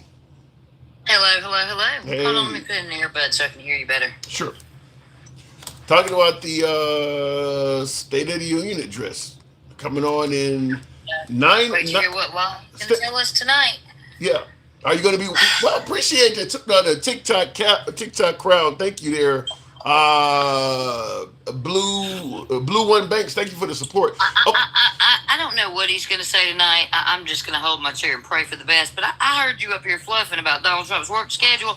Let me refer you back to Axios from 2019, 2018 to 2019, where they showed where Donald Trump had all these areas marked off as executive time, where there were no actual meetings, where unlike Joe Biden actually had scheduled meetings and was very, very, much like a president should be. He didn't take a lot of time off to do garbage. It says their styles are very different. Donald Trump likes to come out in a flurry and all that, but that doesn't mean he's doing more work. Let's be real. Like, Axios said that out of the year, he worked 77 hours and had 294 hours of executive time. That don't sound like work. Well, I would tell you this. I think Trump might be the one who might be so dedicated to he doesn't write it in the schedule. He just does it. The man has a personality. So other people do that for him? Presidents have never done that. Somebody else keeps his calendar. That's a nice try, though, Tim. But well, wait a minute. You say somebody else. And actually, I would like to tell you that even MAGA comes up with better excuses than that. That's pitiful. Like, you can do better. Well, when you say somebody else normally maintains the president's social media and all that stuff. Trump does all that on his own. He's a busy man. He don't make his own schedule. We already know because we've met his lovely lady that runs his schedule. She's the what's her name? The one who's currently complaining about them to Vanity Fair. That lady. That's who keeps his schedule. Doug in the comments says, I know you're talking about the woman who said all that controversial shit. Doug in the comments says, Trump doesn't get paid, lady. So in other words, you're hammering this guy and he's working for free. Oh, really? So please tell me when he divested from his companies, like he was supposed to, and is not literally grifting off the American public. And I'll wait, because I know that answer ain't never going to come. Because I'm watching Don Jr. over in Qatar make bank. And literally, what president doubles his wealth while running for office? I think the only way you can do that is to be corrupt. Go look, he did. Wait, you said double his wealth while running for. You don't think when the Obamas got elected, they were still paying? Didn't double his wealth. Hold on, hang on. He didn't get his money until after he got out from a book deal and public speaking. Y'all need to quit lying on that man. When Obama got elected, they were still paying off student loans. You tell me they didn't double their wealth while being president for 8 years? I'm talking in the billions of dollars, Tim. Okay. How do you make $1 billion running for office? No. How do you do that? Explain that to me. If you want to give him an out, I can explain where Obama got his money. You need to tell me where Trump got his money. Like, you ain't just gonna run that past and act like. So where'd he get his money, Tim? Where'd that money come from? Well, the guy has a whole. Where? The guy's a big time businessman. People are using his golf club. Yeah, he made that much money his whole life. I don't want to hear that. Where'd he get that much money in 1 year? I mean, you're gonna have to show me. Well, he doesn't. He's not obligated to show you how he's making money. Stop fluffing for that man. This is not fluffing. I'm saying it is. And look, Wharton Business School, his own college, says that his economy is trash. The school he is so proud that he went to does not think that his economy is good. Explain that one. Well, I'm going to say that even though people are suggesting his economy is not good, the actual American citizens, they're not saying it's that bad. A lot of folks are saying they're doing okay under Trump. Wait, you mean that 32%? Because that's what his approval rating is. You mean that 32% of uneducated America who doesn't actually bother to keep up with facts and just sitting there and listens to every word that drops out of his mouth? That 32%, while the 70%, the majority, thinks he should stop? I don't believe his poll numbers are down to 32% just because of the economy. I mean, he The does economy say is the number one reason. he does say Even and do a inflation. lot of controversial things. I mean, he gets in a lot of fights. I think what he just But said they about what he have. just said about Meathead, the guy that was from All in the Family. All of that stuff has something to do probably with his poll numbers. Well, first of all, those poll numbers were before that. Can't blame that on that. Nice try. I'll give you that. Second of all, they listed what they asked the viewers, the pollers about. And economy was on the list, Tim. So you cannot sit here and tell me when they list it and people say he's doing bad. I'm sorry that the minority here that is having a fit, not getting their way, and Donald Trump's just doing what they say. But realistically, the majority of us think he sucks. I want to ask you this. And by the way, in the comments, Elliot McCoy says, Tim, I'm turning you off to that. I can't take no more of you tonight. And he says, hashtag Tim is MAGA. Wow, am I just turning like that? Let me ask you, Andy, has he done anything good for the country?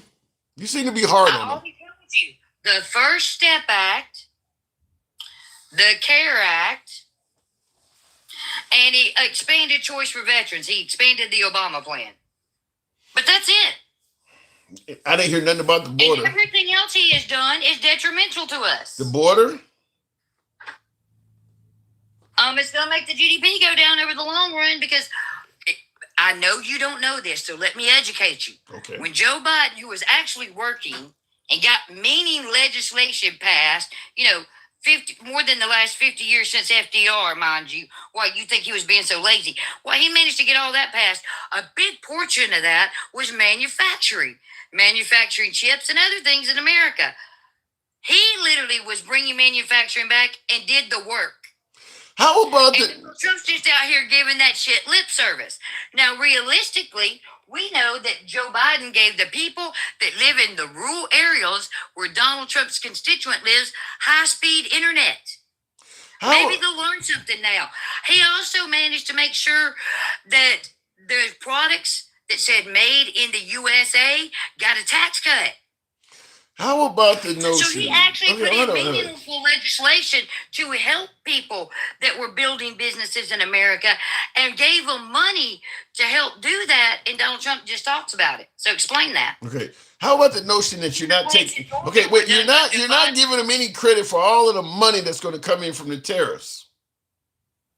Our money? You mean the American public's money? The American public that's going to spend between 3.8 and 4.9% more, $1,000, because it was actually in dollars, more this year on goods and services than we're going to save? You mean, because you were talking about the price of gas went down 30%. I heard that earlier.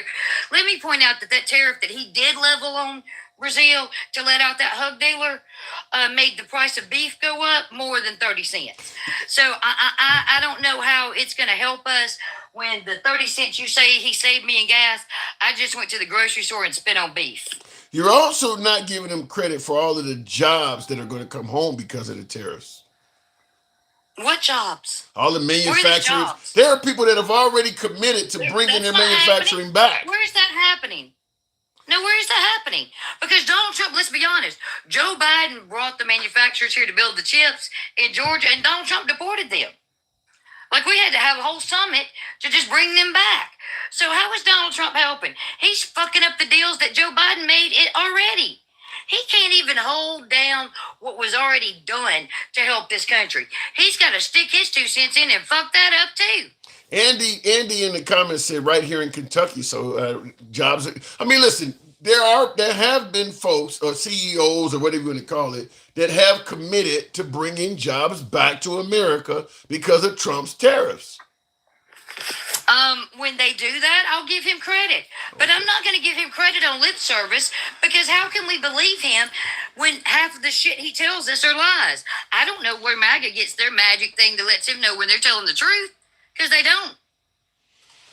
I don't know. I think that you might just really not like Trump no matter what comes. So what are you expecting out of the State of the Union? No, What literally, are you? Trump derangement syndrome. Trump derangement syndrome is believing that Trump works a longer workday than Joe Biden. That's derangement syndrome. It's actually deranged to think that Donald Trump has done more worthwhile legislation to help we the people. That's what's deranged. It is also deranged to think that Donald Trump is a good man and tells the truth. So, sir, I must tell you that as someone who says they're not MAGA, you sure do sound like it today, sir, because you have never fluffed harder for the orange Cheeto in your life. This is not fluffing. This is asking the viewers questions. You're trying to convince me, though, that somehow, some way, that Biden held the same work schedule as Trump. I find that humorous. I mean, we've seen campaigning how Trump was campaigning more than Kamala Harris. Doesn't matter. He likes being out in front of the spotlight. Narcissists always do. That's the only reason he wrote that about Rob Reiner, because realistically, none of that had anything to do with him. His son had mental problems and a hug problem long before that. And let's talk about not the one hug dealer that Donald Trump let out, the 4. Because there's the guy from that you're talking about, and then there's 2, a guy named Larry something in New York, and 1 in Chicago, that he thought were doing too much time. God forbid they actually do time for their crimes, and gave them clemency. And then he, of all people, to pay off the libertarians for voting for him, he fucking gave a pardon to Russ Ulbricht. Literally, the largest hug dealer to ever exist on the, like, there is no larger hug dealer than Ulbricht. I have nothing to say. He is the computer dealer to the world, not just the U.S. I have nothing to say about Trump's pardons. I'll agree with you. His pardons are suspicious. MAGA Reacts in the comments says, you know what's deranged? He says, if you think Biden works harder than Trump, also, we never bring up bills, this job of Congress. So he's saying that what's deranged is thinking that Biden does a harder job than Trump. Trump is up at 2 o'clock in the morning still posting shit. That guy does keep a hell of a schedule. Posting on the internet ain't working for we the people. That's his private time. And considering when they looked at Trump's schedule, like I said, 294 hours of executive time and 77 hours of actual work, when we can clock Joe Biden in real meetings with actual people who actually did things that went on to, have results. See, we can see that because there's actual facts. Because Donald Trump right now won't even let his office tell anybody what he's doing all day. Does that sound like a man who's actually not trying to cover something up? Because, Joe Biden didn't have a problem with you seeing his list of what he was doing because he was working. So you believe that Trump is hiding things from the American people? Yeah, look at his hands. What's wrong with him? Why has he had 4 MRIs? annual? No. You only supposed to have 1 annual physical for the president. Why has he had 4? And cognitive exams? Y'all talk about, y'all lied about Joe Biden. Who's lying now? Because the man had a perfectly good speech and then started talking about snakes, the black mamba, and venom. Like, don't even nobody know where that fucking shit came from. That shit came out of left field so hard. Like, he's crazy. Y'all just okay. Y'all, it's on y'all, man. Listen, Andy, he's getting a little bit older. Listen, the guy is up all times of night making this country great. He's getting a little older. See, I look at it this way. Y'all didn't have any empathy for Joe Biden when he was actually doing work and could prove it. But y'all say Donald Trump's executive time and him tweeting on damn Truth Social trying to make him have some money, grifting like hell. And look, Joe Biden actually did something. He put forth the grid money to help, the grid around the country so we have better electricity. He, lobbied towards having the clean energy so, Tesla would sell cars. Wasn't Trump trying to sell Teslas out on the White House lawn? That should have made Trump happy. He was recommending you buy a Tesla. Trump. Right. So his policies look just like Joe Biden's policies, but all of a sudden Joe Biden's policies are trash. Why is that? Let me ask it to you this way. How is it they could do so many of the same things and Republicans say that what Joe did was garbage and praise Donald Trump?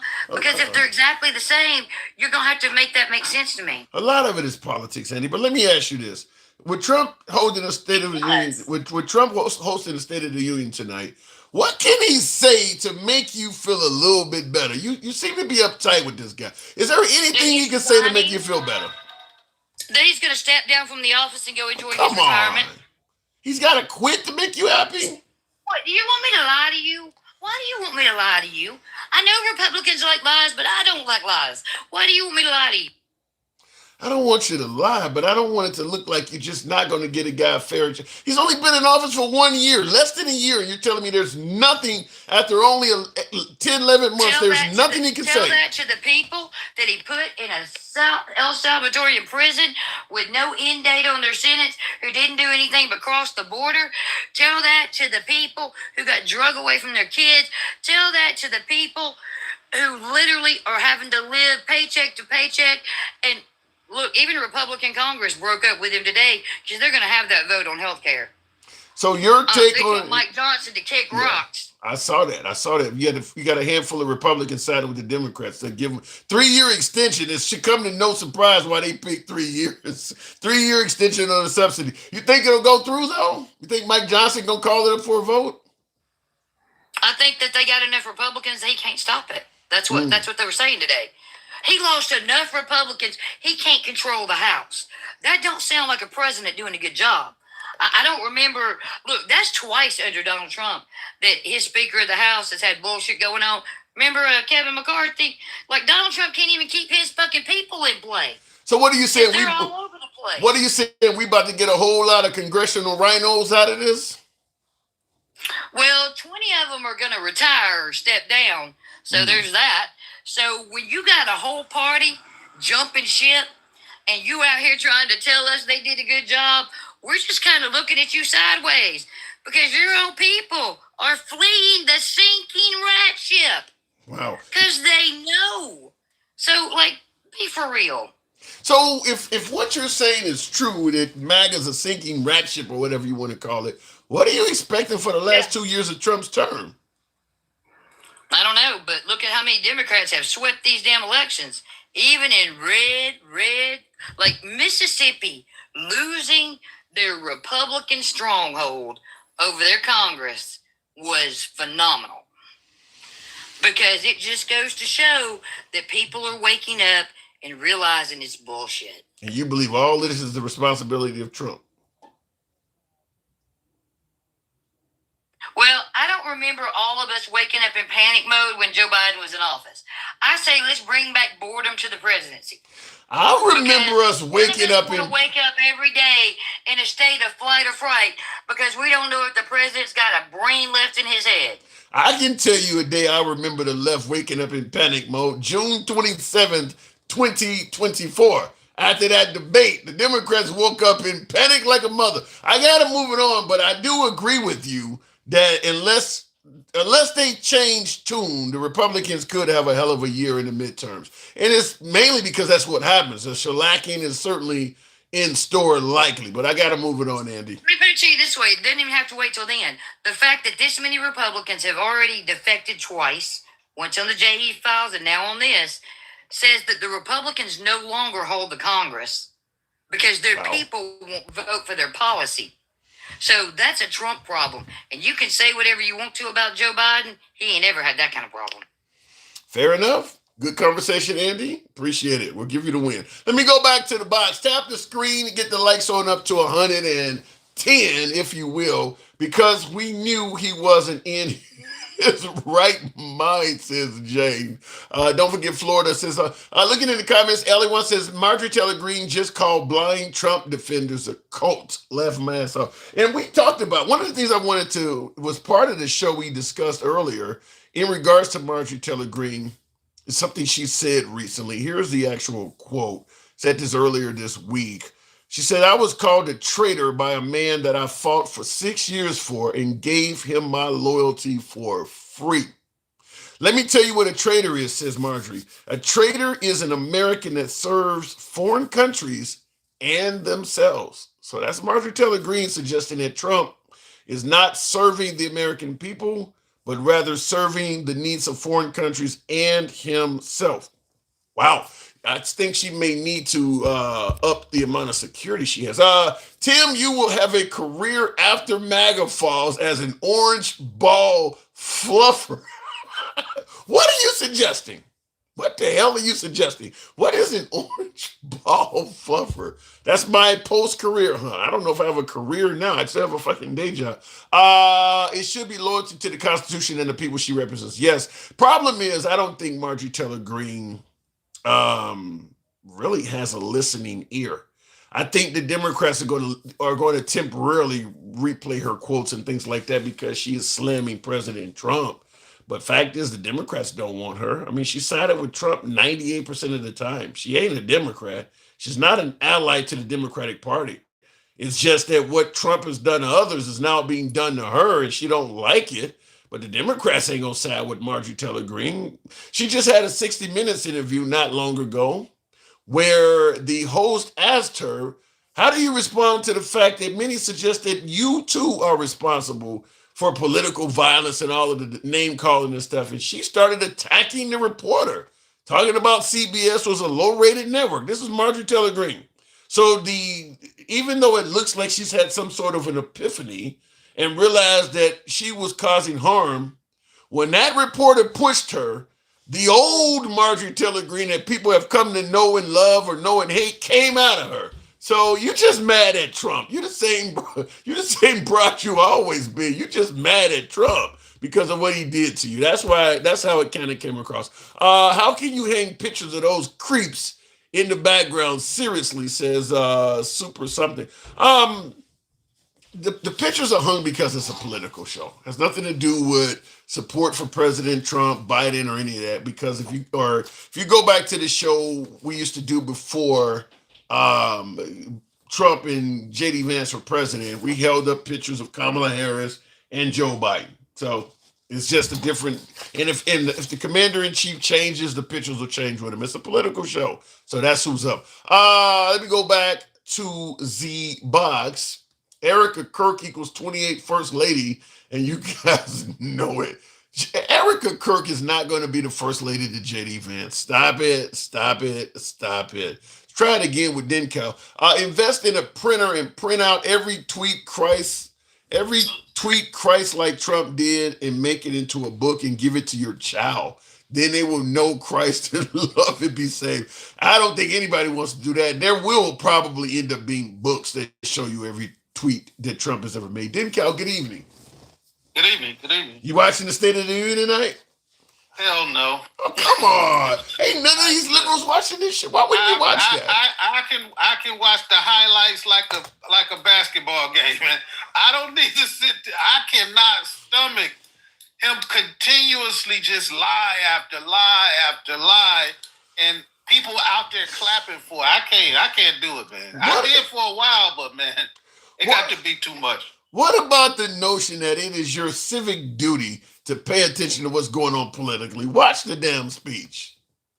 No, they can't tell me it's my civic duty to do that, but then when I do respond to everything he says, oh, you got TDS. You can't have it both ways. Yeah, Either you want me to pay attention to every fucking thing the dude says, or I can sit back and I can watch all of the people aghast after he says some stupid shit tonight. Well, but how about this, though? If you only watch the highlights are going to be skewed depending on where you're watching. Because if Trump says something good, something meaningful, MSNBC or MS1, whatever they call MS Now, they're not going to show you that. CNN is not going to show you that as much. Fox News will show you that. But if Trump says something that's ridiculous, like Venezuela stole our oil or our land, like Mike said, you're not going to see that on Fox. So if you watch the highlights are going to be biased. Well, I mean, what difference does it make? Regardless of what he says, like 90% of it's going to be a lie. And the 10% 90%? Wow. And the 10% that he says is true is going to be irrelevant to our lives. What it's going to be like, oh, yeah, we can continue construction on the East Wing. Aren't you happy? No. Well, if he makes the White House look dignified and if he makes the White House look up to the standards of what a modern day White House should be, where you can entertain guests without putting them in tents and things like that, is that not a good thing? Nobody has ever been in a tent. Yeah, they have. That's what they said when they were hosting parties and stuff. Oh, you're talking about when they host parties outside? Yes, they enjoying nature and shit. Yes, the Rose Garden. Yes, plenty of presidents have hosted many events on the. They don't need a ballroom. They've never needed a ballroom. I don't know. I think that because many people on the left, I think the timing is more the issue. But many people on the left are even saying that the ballroom is not that bad of an addition to the White House. It's just the timing of it and how he did it without telling anybody or giving any floor plans. But listen, So you said that everybody, these people are okay with him tearing down a little historic monument to this country. plus, He don't even have the plans. He went to court and said, "Look, you can't tell me to stop because look, I already tore it down, and we in negotiations with somebody because the last guy didn't agree, didn't want to do whatever it was Trump wanted him to do. So just forget it." yeah, I don't disagree that the biggest issue I don't think is the building of the ballroom. I think it's exactly what you said. Is you didn't get permission and you didn't even tell anybody what you're going to fucking do. You just start. All we know is the place is just starting to get torn down, and you're talking about something great is going to replace it. I think if he had like for instance, they're building a new Air Force One. Not this thing from Qatar, but they're actually building a new Air Force One. Trump used to have a big, huge replica of it in the Oval Office on the desk, so you can see what Air Force One, the new one's going to be. I think it's red, white, and blue instead of just blue, white, and silver or whatever. So you knew what it was going to look like. The problem with the ballroom is they didn't give you any explanation that it was even going to be done. He just started tearing the thing down. So I think if he had done it the right way, and that's a phrase you hear from the right all the time, do it the right way. If he had done it the right way, like they did with the new Air Force One, I don't think it would be as much controversy. It wouldn't, because it would have went through Congress, Yeah. which is the people that's supposed to appropriate the funding. And now it went from what 300 million to now 400 million. Yeah, just like that. but the guy who says he always gets his construction done, what he say in under time and under budget. That guy. Now he got quarter of the damn White House torn down. Well, he might have needed. He might have needed. Macariac said you can see the design on YouTube. Yeah, I mean, look, but the problem is you couldn't see the design on YouTube until after the destruction have already began. That's the problem. That's not even the final design. That's why he just fired the architect that was doing the designing, because he didn't want to. He said he didn't. It was something about the scale or the size of it that the architect said that's not going to work. Maybe the price increased a little. I mean, the cost of gold is going up. Maybe it took a little while to get a little bit extra gold. I mean, look, as Magariac says, 400 million ain't that much. And by the way, he's not paying. And by the way, it's not coming out of the taxpayer's pocket. Is that not a great thing that this man was able to secure the money to redo the White House from donors? He didn't have to use our money. How is that not good? So he just went from 300 million in donors to 400 million without saying a word. He could just say numbers. Just like people don't understand that he bought. Well, we got that supposedly free plane that's being retrofitted. Now he just bought 2 other planes that are similar to the new plane that we're going to have. One for training and one for spare parts. Knocking the door of money shall be open. He's really good at finding money. Listen. Why can't he do that? Why can't he do that when it comes to them saying, well, let's spend $300 billion more on keeping people's insurance affordable? No, that's bridge too far. Well, give it time. I mean, he had to repeal Obamacare first. Looks like that's about to happen. This maybe by spring we would get something significantly better because Trump is going to top Obama. So give it time. I mean, he's only been in office a little bit less than a year. Are you going to get? We're not going to. No, we're not going to play that game. We're not going to play that game. You can say that to Magariacs and Jeremy and all of them because they was the ones talking about, give them a little bit of time. I say, look, if it's not changed in about a year, then we can have a conversation. It's been a fucking year now. And right now, while we're speaking, there is a dignified transfer of National Guardsmen taking place. I'm actually looking at it on the big screen on News Nation. You know, the bodies of the folks that were lost in Syria has just come home. I believe Trump is going to be at this. That's happening right now, I think, from what I'm looking at. Or Nah, I think Trump. that already happened. That already happened. Yeah. I Okay. heard he was going golfing. What? Has he done anything right? Has he done? I can't remember offhand. Maybe if I dig deep. But what I will tell you, though, one thing y'all was just talking about is, has anybody said anything about that special election in Kentucky where the Democrat won by like 47 points? The Democrats Is anybody paying attention to all of these special elections around the country, not just in blue states, in deep red states? Yeah, it is some kind of weird phenomenon that people are going into polling places and making a mistake and hitting Democrat, apparently. It is happening. I don't get it. It is happening in a lot of red areas. Like Andy just brought up what happened in Mississippi. People are going in these red areas and they're making a mistake and voting Democrat. Might have to be investigated. Sounds like a bit of election fraud, if you know what I'm talking about. Exactly. I was about to say, man. Maybe we figured out all of those illegals were voting Republican. Yeah. Wouldn't that be odd? I don't know. Might have to get investigated. You know, you can't trust these damn Democrats.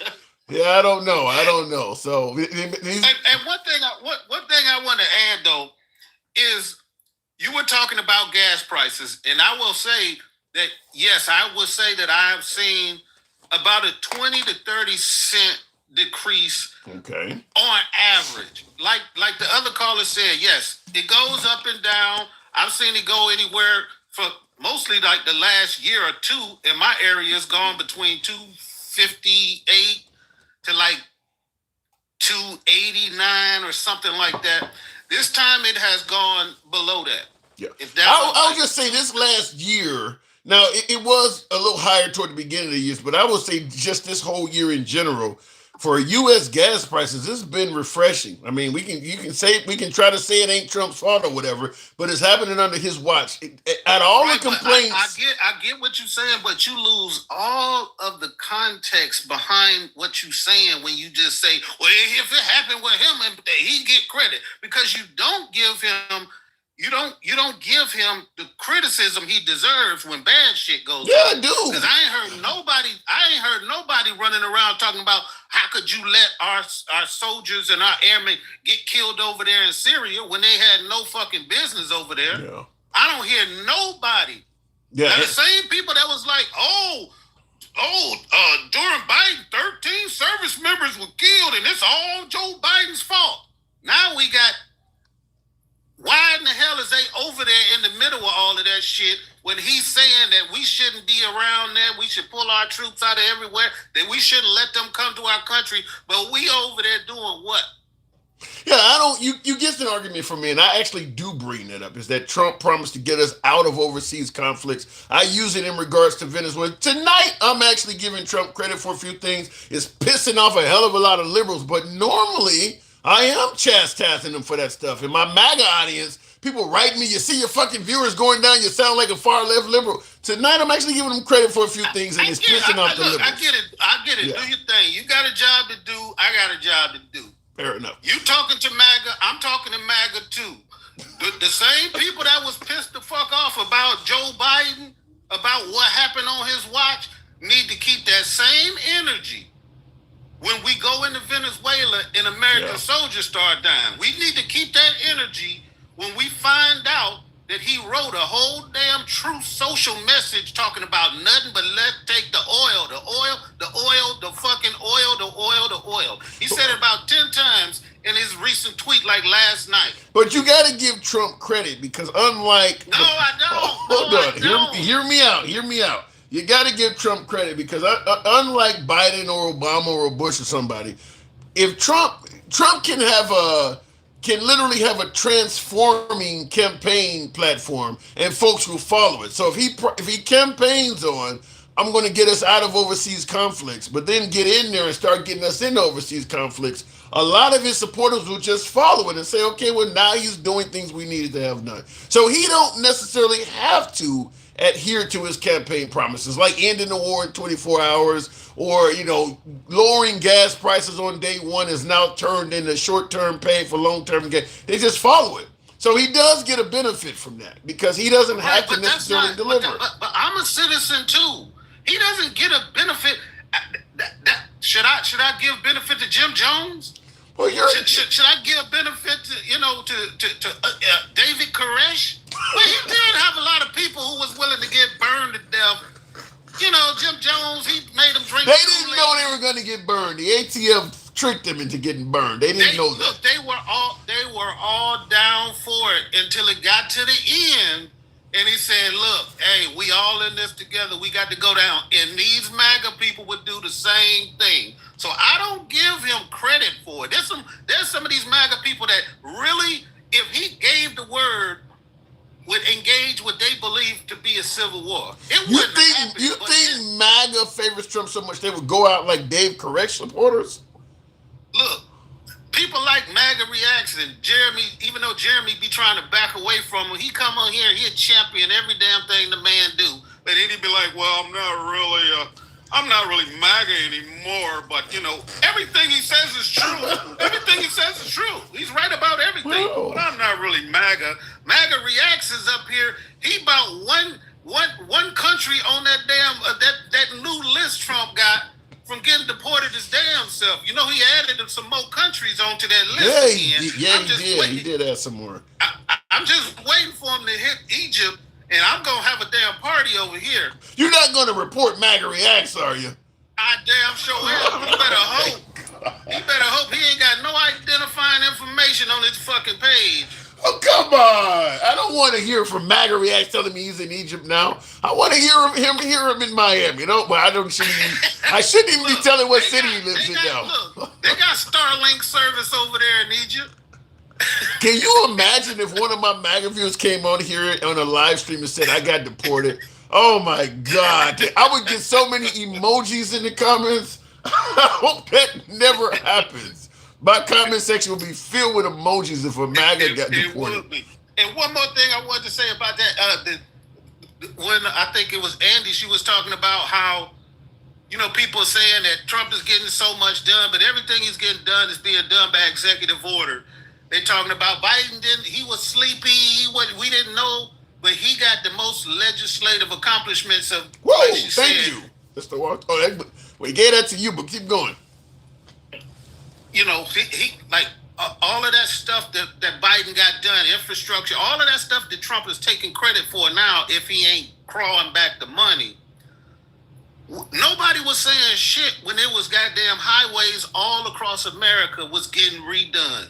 Streets, the infrastructure, all of that money that he had dedicated to building the infrastructure for this new chip, this chip manufacturing. All of this shit that Trump is doing is literally going away on day fucking one of a new administration because it's all executive order. The only thing that's going to stay is the financing part of it.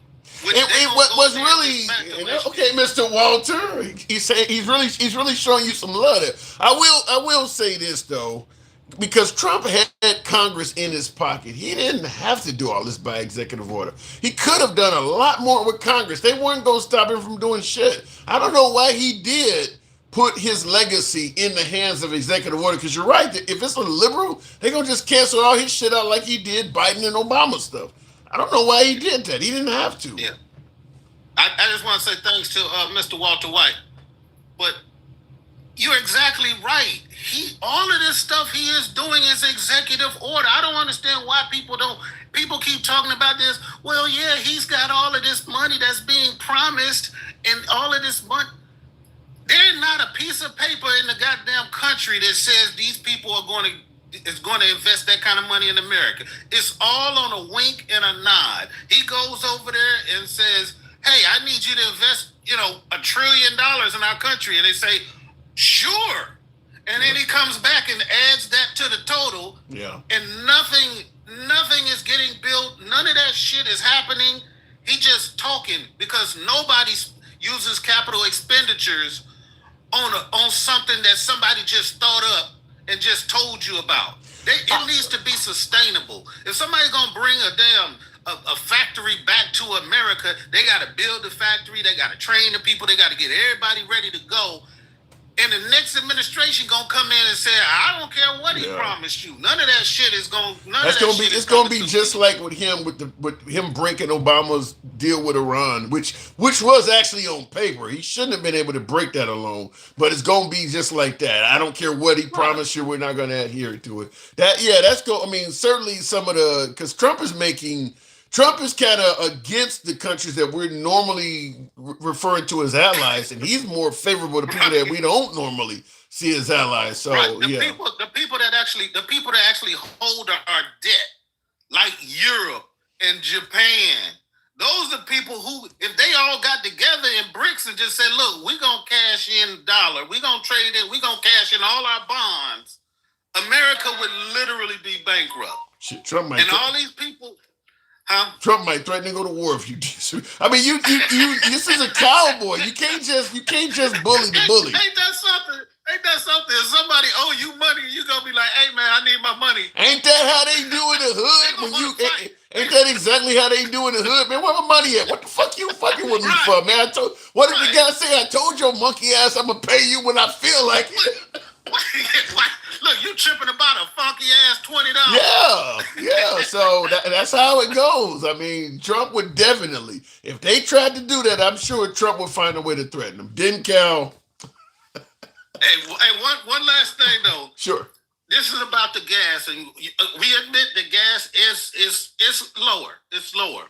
Okay. First of all, nobody said anything when gas went from $4, $5 under Biden after we came out of C-19, and then it dropped down like in the 3s and 2s. Nobody said nothing about that drop, but we throwing flowers on Trump because it went down like 20 or 30 cents in the last year. The bar is a little bit lower for Trump. We get it. It's a little bit lower. But remember when the gas prices were high, and they said the reason why everything was high was because of what? Because gas, because it takes money to get everything to market, transportation.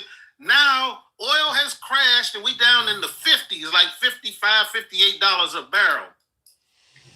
People come but the gas ain't coming down proportionately. And why are the stores saying, shit, we can get our product to market cheaper now? We all gonna have a big sale. Yeah, and that ain't happening. Until that happens, you're gonna have people complaining about the cost of goods and services. Didn't Cal? Appreciate you coming through. Good talk. All right. You got 2 galaxies out of that, goddammit. Let me go back to the box, tap the screen, get the likes on up to 130, if you will. Once the economy opened up, the world economy, then the price of oil went up due to the demand. Says Giant Robot. Good call. Yes, Cowboy. It says Cowboy Baby something. Appreciate you in the input there. All Trump supporters are still waiting 2 weeks for Trump's health care plan. Look, I'm going to say this right off the bat. I think that if they come up with a way of extending the Obamacare subsidies, it's going to be a bigger benefit to Trump than it will be to the liberals. I really believe that if you want to just hate Trump, I'm not taking, listen, if you want to put hurting Trump above helping the American people, you would not want those subsidies to continue. Because if people's health care premiums double and triple like they're talking about, that's going to hurt the Trump administration badly. Yeah, they'll spin it and say it's the Democrats' fault and things like that. But just like I keep talking about, if something happens under your watch, you get credit or criticism for it. If a liberal was in there, those subsidies will still be there. The liberals want to give you free health care. This is coming from the right. So I actually tend to believe that getting some Republicans to go with the Democrats and extend the health care subsidies is a thorn that will not be in the side of the Trump administration. Because if those subsidies disappeared and people started losing healthcare and stuff like that, the Trump administration, that's a major issue they got to deal with immediately, because you're gonna have every news outlet, And I'm not talking about the cable news outlets that lean left and right. I mean, even your local news, your local ABC or CBS affiliate is going to be showing people in your town talking about how they can't get dialysis and they can't get this and this person can't get their diabetes drugs. People you know, people in town with you. It's going to be all that would really hurt the Trump administration to let those subsidies go away and make shit go up like that. I think that they will benefit if they can extend that because healthcare won't be a major issue with the Republican Party if they extend those subsidies and leave it the way it is. If those go away, healthcare is going to become like is going to be instantly the number one issue in the country that's got to be solved immediately. So the Republicans can complain about it, but in my opinion, it's actually going to work out in their favor, at least in that area. Democrats collected money from company billed by taxes, huh? Trump and the GOP own healthcare. They own healthcare at this time. Yeah, but it's not going to draw a lot of conversation if the subsidies continue. They do own it. But if the subsidies continue for 3 years, it's not going to be as big of a conversation piece because healthcare will kind of continue as what it's kind of like the status quo, what it has continued at. But if those subsidies go away, it's going to become a major issue immediately starting in January because people, if they're talking about doubling premiums, there are people who can't afford to pay even the first one of those. So it's not like, we can wait until you get this straight. People are going to be uninsured immediately. So that would be a major problem, I think. The libs will literally talk about how Trump has never done anything good, but talk about how everything was cheaper in 2018. Some of that's politics. I'm not totally disagreeing with you there, Deshaun Watson. Some of that's politics, though, because look, let's be clear. Even though the liberals, a lot of liberals will suggest that Trump has never done anything good, the right was saying the same thing about Biden and Obama. Both of them they were saying the same thing, that Obama never did anything good for America, and Biden the same way. I mean, you don't normally give your adversary credit. I mean, Trump even was asked by Jesse Waters of Fox News himself. He was asked the question, did Obama do anything good for America? And Trump said, not one good thing. Bin Laden just completely skipped over that, huh? I mean, so look, that's politics. That ain't something that just is being aimed at Trump. Trump is doing that to other people too. Little Capitol Hill, thank you for the support. Let me go back to the box, tap the screen, get us on up to 140. We're close to the TikTok crown goal. Help your boy out there. We're pretty damn close. By the way, folks, if you favor this type of a program where we believe in all folks being able to speak, regardless of your political affiliation, we remain MAGA friendly, always have been MAGA friendly, always will be MAGA friendly. Liberals are welcome as well. If you enjoy this type of dialogue, we're here most weekdays. Follow the program. Bamaland, thank you. Bama Landscape. If you favor this type of program, feel free to follow the program if you're currently watching us on Rumble, TikTok, or Instagram. And if you're currently watching us live on YouTube, give your boy a sub and smash that like button if you're watching on YouTube. Give your boy a like as well. Helps out the algorithm. Real quick in the comments, I don't know why somebody came up here. What health plan did any Republican administration come up with? None that I'm aware of. None.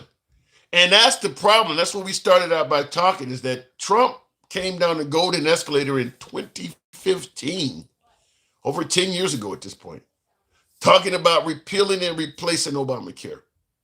Came really close before the late Senator John McCain gave him the thumbs down and stopped him from repealing it then, but he came close then.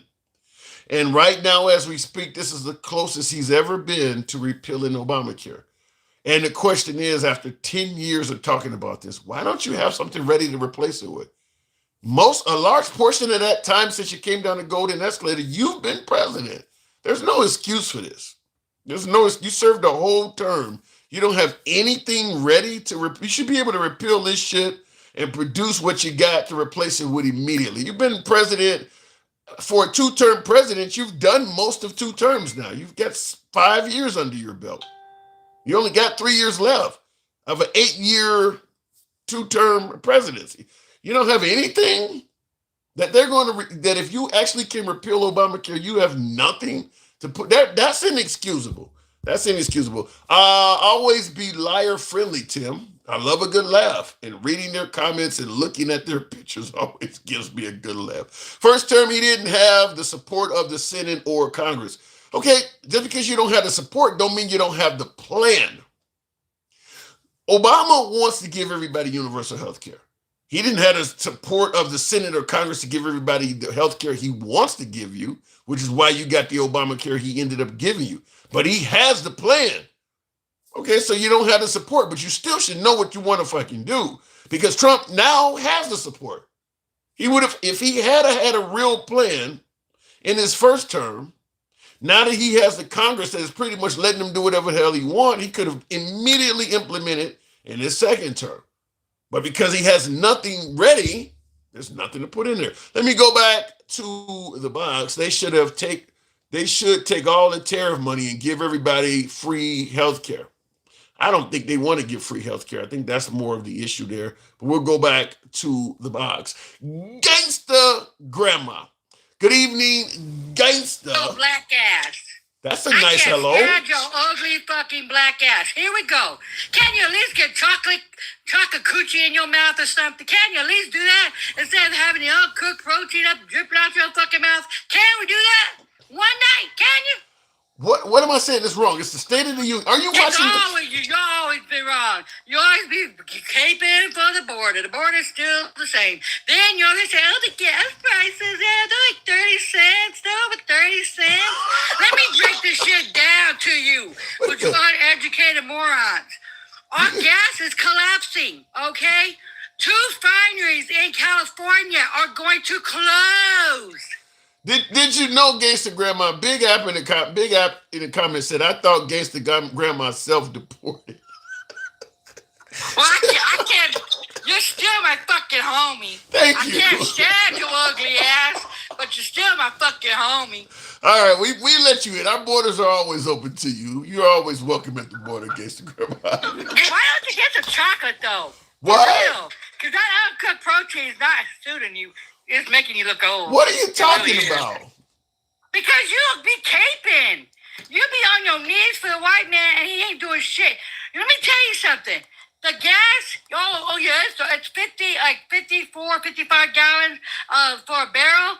We are going under, okay? People are going to lose their jobs. Over 30,000 people are going to lose their jobs in the oil. That's not good. I'm going to tell you. Fuck you and about the cheap-ass gas. People are going to lose everything. Ever since Trump came into power, the liberals have been saying this is going to happen and that's going to happen. It ain't happening. It's happening right now. The gas is collapsing. $58 a barrel? That's not good. And then 2 refineries are closing in Cali. You can look the shit up. I'm just saying, you guys are always saying that this guy is going to... shut up. Get the white cock out your fucking mouth. What does this got to do with white cock? What does this got to do with white... Oh, go get it. Go give me the whip. Yes, master. You old-ass house ninja. What does this got to do with white cock and racism? What are you... It is, because you're on your knees, fool. If I get on my damn knees, I know it's going to be chocolate. At least I know that shit. I gotta do it. I gotta be a simp. I gotta do it for the white man. Yes, hallelujah. Okay, this has... Get the fuck out of here. You sound like Medea. This has nothing to do with doing things for the white I am Medea. You want to go to the right? You want to go to the left? I'll whoop your ass. Give me that. I am Medea. I'm not that big, but shit, I am fucking Medea. Yes, I am. Because I can't stand your ugly ass if I still have to come on your fucking show. And I see Will in the comments says, damn, Tim, I agree with her shaking my damn head. I don't know why you agree with her. Because she's talking shit. Because I'm fucking right. There's gonna be people losing their fucking homes and stuff behind this motherfucking rampage, damn rabid ass fucking dog we got in the fucking office. The damn oil is collapsing. Oh my god, we got a cheap oil, while everybody else, people's gonna be losing their homes and stuff behind it because people's gonna lose their damn jobs. Rigs are gonna be fucking closing, and they're over here saying that Biden was bad. Fuck you, you sorry ass, no good for nothing ass. Ugh. Well, I'm going to tell you, people were saying Biden was bad because you had all kinds of damn people coming in the country we didn't know who they were. Oh, shut the fuck up about that, man. Why can't we ship the white people out? What? They're the fucking ones colonizers. Get the fucking white people fucking out. We wouldn't have. Hallelujah. We wouldn't. Maybe our unaliving the pew peerings. Maybe they'll go fucking down. How about that? Let's keep it a buck, okay? Get the white tea people the fuck out of here, especially the fucking white tea men. Maybe we can save our fucking kids. How about fucking that? The fucking damn what are they called? Cornstarch monkeys. Get them the fucking out. How don't we do that? Some would suggest we would not have this great yet civilized country if it wasn't for the white tea people. That's not, no, they're colonizers. They gave black folks syphilis. They unalived fucking a lot of natives. They fucking unalived a lot of Mexicans in the early 20s. Oh, yeah, in Texas. Oh, yeah, they massacred the Mexicans. Get the fuck out of here. That's all they want to do is kill, kill, kill. What would this country be like with no white people in it? What are you saying? Oh, my God. Happy, hallelujah, margaritas. It wasn't. Everything else. We'll have bonfires and everything else. We don't have to worry about kids going to school without being pew-pewed. Hello. At least we know how to cook. What the hell does that mean? What, We had bonfires of Mexicans and our black folks would be all getting together, said hallelujah, and then when that motherfucker dies, it's gonna be a dance. How about Moach Man suggesting that without white people in this country, we would be back to grass fucking huts? Oh yeah. Oh, I would rather have a grass fucking hunt than a white man. Any fucking damn day. Why do you dislike white people so much? I dislike the white tea maggots. Those are the white people I can't stand. Why can't we ship them? Go by? They're the ones that are unaliving our asses. They're the ones that peeping up our damn schools. You know what? Every fucking mass shooting, what it is, Tim? Get up your knees. Get that cock out your mouth. What is it, Tim? Who is it, Tim? Okay.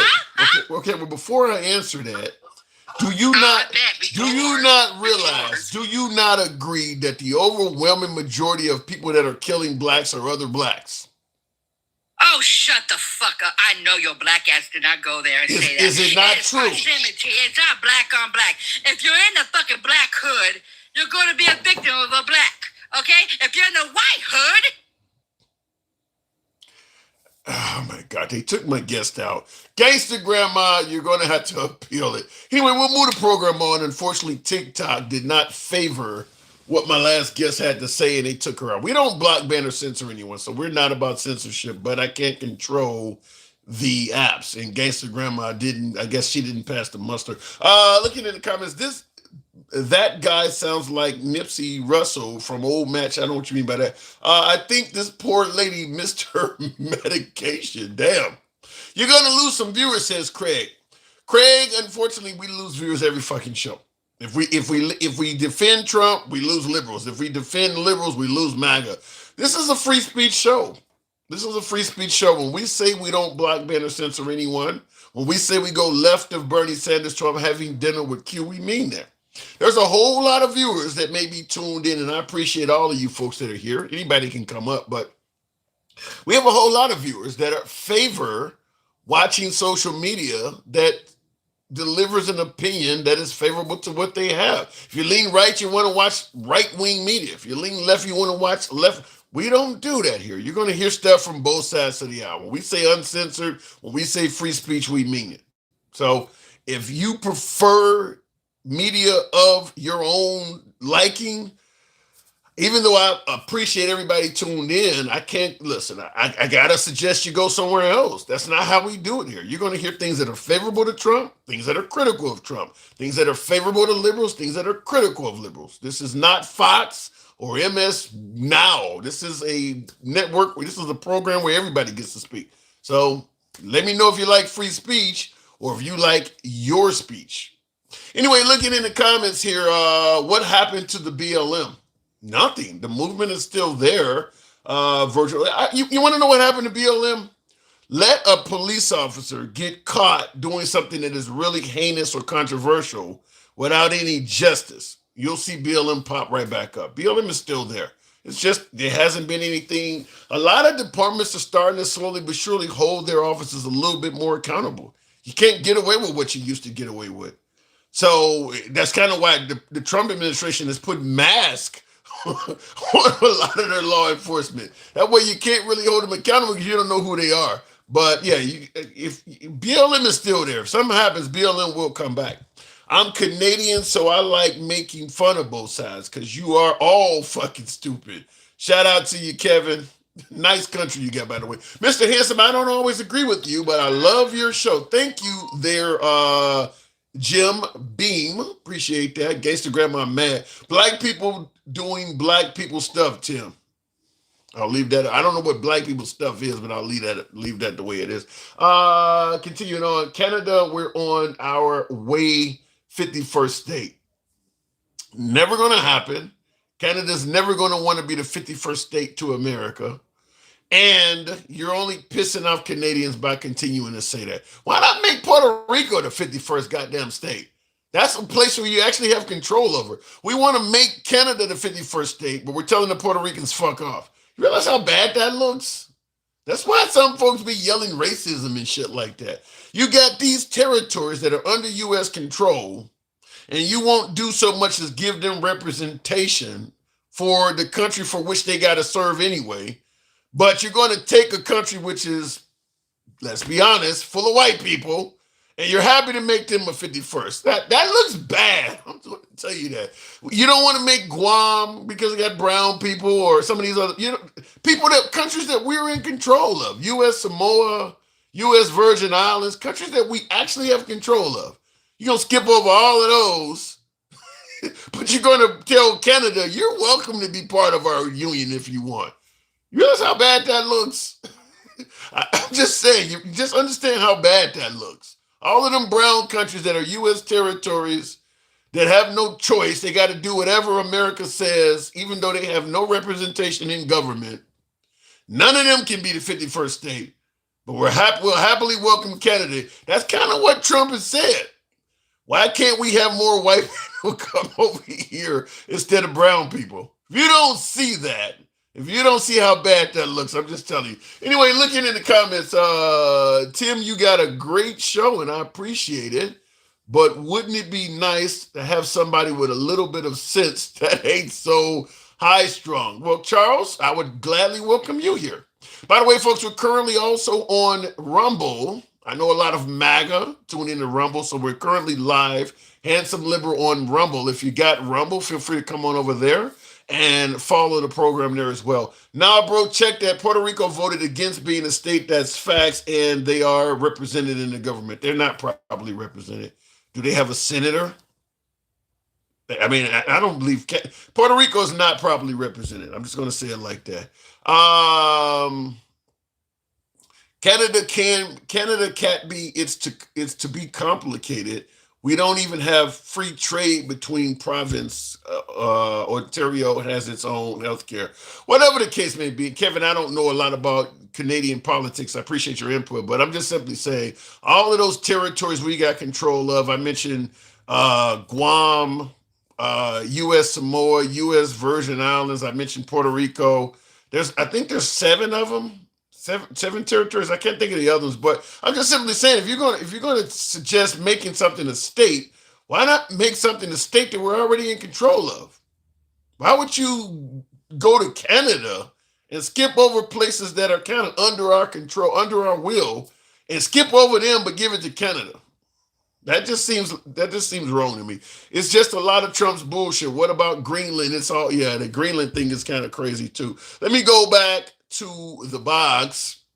We lost Gangsta Grandma, unfortunately, but we'll continue on with Jeremy. Good evening, Jeremy. Welcome to the program. That person who gave that comment about Puerto Rico being a cesspool must not know anything about Puerto Rico. It's a great, beautiful. There's crime. There's a significant amount of crime in Puerto Rico. I've been in Puerto Rico a few times, but it doesn't matter if it's a cesspool or not. If they got to use a U.S. dollar and they got to bend to the will of America, I mean, if we want to put the military on their island, they don't have no say-so. So they should, if you're going to make a state, that's where it should be. Not to mention, maybe look, if you want to make cities and stuff like that better by sending the National Guard, go fix up Puerto Rico and make them a 51st state. You had no problem sending in the National Guard to Chicago and Portland and LA. Send them in San Juan. Let me go back to the box. I don't know what happened with MAGA Reacts or Jeremy. It dropped, so we'll continue on with MAGA Reacts. Greenland has a lot of precious minerals. That is true, and it is a grift or a cash grab. MAGA, good evening. Hey, what's going on? Not much at all. Are you watching the State of the Union tonight? Yeah, but I was expecting you to have what's it called, Zoom on your back on the TV behind you. Not yet, but I'm going to take your advice and do that. Right now, we just have. I don't do a lot when I'm off. I got a day job. I have to, I work a lot of hours on my damn day job. It ain't enough gifters here, so I got to go out and earn a living like everybody else. So, Forget most of the stuff I told you to do. Just run Zoom on that computer behind you and talk to people from YouTube and other places. Just the Zoom part. Put it on the TV behind you so we can see the caller, and you could talk to anyone from anywhere. Fair enough. Somebody said Streamlabs. I'm not familiar with Streamlabs. Also, too, by the way, that's the program I was showing you. Oh, and by the way, also, too, folks, we are currently on Rumble, so we are taking callers on Rumble right now. The Handsome Liberal on Rumble. So, what are you expecting from the State of the Union? I don't know. I woke up kind of mad at Trump today because of Venezuela and the Rob Reiner thing. But after listening to all your deranged callers that are telling me Joe Biden was a harder worker, and even though we see Trump working his ass off, that, he's actually having executive time all the time when he's having 3-hour meetings on TV where Congress and people on the left were like, we haven't seen Biden and forever, blah, blah, blah. And, they bring up Biden all the time, but when we mention him, it's like, you're pivoting to Biden and Obama, Let me ask you one question, Tim. Sure. If Biden wasn't president and Obama wasn't president, would they have the money they have today? No, and I don't think anybody would have the money they have today that's been president. I think the presidency has made everybody richer. What about Trump? Shit, you know something? If you took Trump and Trump was there's no denying that Trump, Bush, Romney, they were all wealthy before Romney didn't become president, but he was wealthy.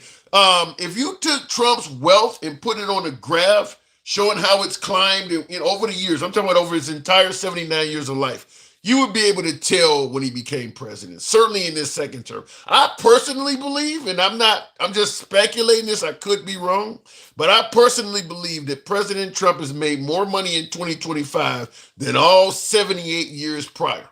I believe he's made more money this year than he's the first 4 years in White House and all of that time in New York as a businessman. I believe he's made more money this year than all of that combined. I agree with you, but I don't agree with you. I don't think he made more than the rest of his life, but he did make a lot of money this year. But guess what? Since when he became president in 2016 until 2025, all he did was lose money between all the court cases, between all the people boycotting his businesses and hotels, between just having half the fucking country and the media against you.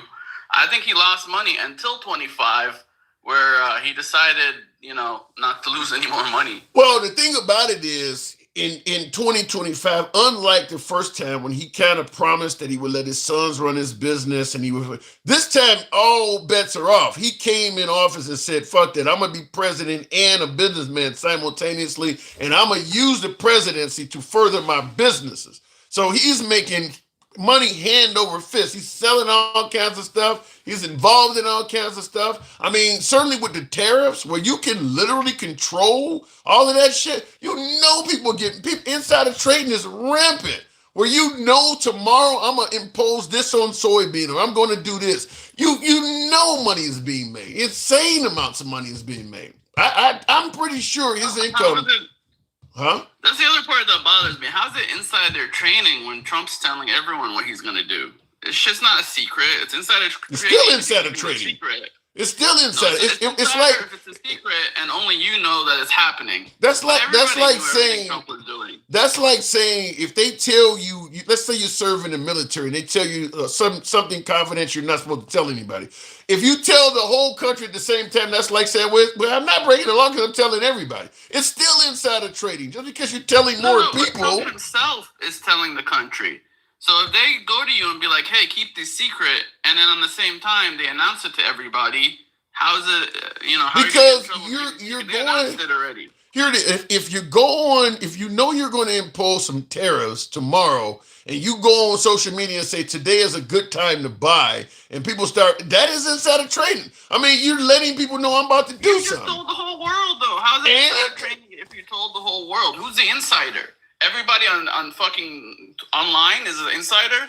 I don't believe there's a certain number where it no longer is insider. If I tell a room with 300 people in it versus telling everybody, well, there is no certain number. You're telling people what you're going to do before you do it, and they're cashing in on it. Anybody who cashes in on that, that's insider trading. You got a tip Insider. Huh? Insider, by definition, means inside, like the circle, inside the business. And by the way, we're only going with what outside more than inside. Yeah, and by the way, we're only going with what we've heard. I'm pretty sure that a lot more has been said behind the scenes. Marjorie Taylor Greene making $25 million. That's probably due to that. I'm not gonna rule out Nancy Pelosi doing a lot of shit during her time. But what Marjorie Taylor Greene, $25 million? Come on now. But like I said, he announced it. The whole world knew these tariffs were coming. They knew they're coming in a month. I mean, I don't know how else is he supposed to. And then even with what's her name, Pelosi. I mean, everybody knew COVID was coming. Unless she did it before we heard of COVID, we all knew at the same time she did what COVID meant. I'm not talking about COVID. I'm saying Nancy Pelosi made a ton of money while being Speaker of the House. Yeah. She's made a lot of money. Okay, but I'm specifically talking about the COVID money. Oh. Like when they say like these people made money off COVID because they knew the shutdown was coming. I mean, we all saw it coming. It's not like I think that you're gonna end up hearing a lot more on Trump. Certainly, like for instance, he had a $500,000 a plate meeting at Mar-a-Lago or something like that. He had people ain't paying that kind of money to just sit there and hang out with you. You telling them some shit. I mean, just like the Qatar jet, that's some corrupt stuff. Or all of a sudden you take this jet and all of us, you claim that people just giving you free money for no reason at all. The ballroom, people just gave you money for that. To the country. But only you are benefiting from it. You're not getting in that jet. You're not going to that ballroom. They're giving it to him. You're not benefiting from none of that stuff. They're giving it to the country. I don't know how they're giving it to him. He's going to get to use it for a couple of years, right. Maybe. They're giving it to the country, and he is rewarding them by then giving their country something. All of a sudden, the Qatar jet they're also rewarding us by keeping gas prices cheap. I mean, you guys act dumb like you don't know why gas is so cheap. It's because he's friends with Qatar and Saudis and pretty much every oil-producing country in the Middle East. If he's friends with all of them and they're bribing him with airplanes, you don't think they're going to bribe him by keeping oil production high like he wants? I'm just going to say he's not being transparent with that stuff. He made it sound like the Qatar jet was just a gift. All of a sudden, now they're being trained to fly F-15s in Idaho. That was never mentioned. All of a sudden, you just decided to be real nice to them right after they gave you a jet. It's pretty clear what's going on. We're not being told the truth. Tim, they've been allies for years. We sold Qatar? them F-32. I don't know about Qatar, but the Saudis and stuff. I'm sure Qatar too. I just don't know specifically to tell you like. I haven't seen. But we sell them F-32, so we're gonna sell them the jets. But you're mad that they're getting trained on the thing we sold them years ago. We're kicking out the Afghans who helped us out in the Afghan war, but we're letting these folks from Qatar fly in Idaho. Huh? How does that work? I don't think he's actually kicked out anyone. I think he said he's not letting any more in, but I don't think he's kicked out anyone yet. Okay. But even with the Afghans, you got the Taliban running their country. They could be holding their family hostage. It could be anything, I don't know what the Taliban could do to you. I don't know what the Taliban. I don't know what the Taliban could do to you that's any worse than what the Saudis did to Khashoggi, and we're okay with that. They didn't kill Khashoggi's entire family.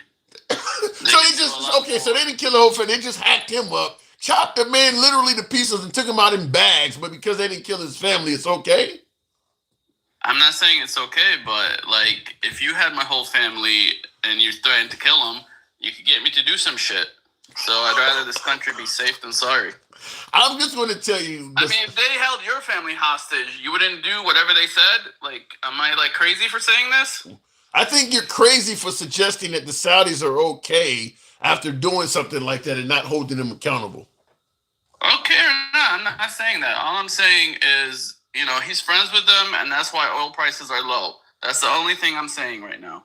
I'm not for certain that his friendship with the Saudis is the reason oil prices are low. People are speculating. I don't know. People claim everything from the winter blend on down. I don't know. I'm giving him credit for the price of oil coming down under his watch, but I'm not sure anybody knows exactly why that's happening. Well, he's friends with the Saudis. He's friends with Qatar. I mean, is that part? Can we at least agree on that he's friends with these countries? Yeah. He's friends with a lot of bad guys. I'm going to tell you, he's friends with Hungary, which has a dictatorship. He's friends with Argentina now all of a sudden. I mean, he's friends with a lot of bad guys. He's friends with former dictators that tried to stage coups, like in Brazil and in Honduras. He likes bad guys. I mean, he tried to hang out with Kim Jong-un. He flew Putin over and put Putin in a limo. I mean, whatever happened to just bringing over somebody who runs Brazil or runs the UK? By that standard, how are we ever going to get any oil then? If they're all bad guys, and we shouldn't buy oil from them. How are we going to get our oil? Same way we've always been getting. We ain't been hanging around with bad guys like that until he came along. We've been buying oil from the Saudis since like the 60s. We ain't been bringing him in our country and doing all the shit he's doing. Bringing him in the White House and stuff. Yes, we have. It just hasn't been on TV and nitpicked like it is today.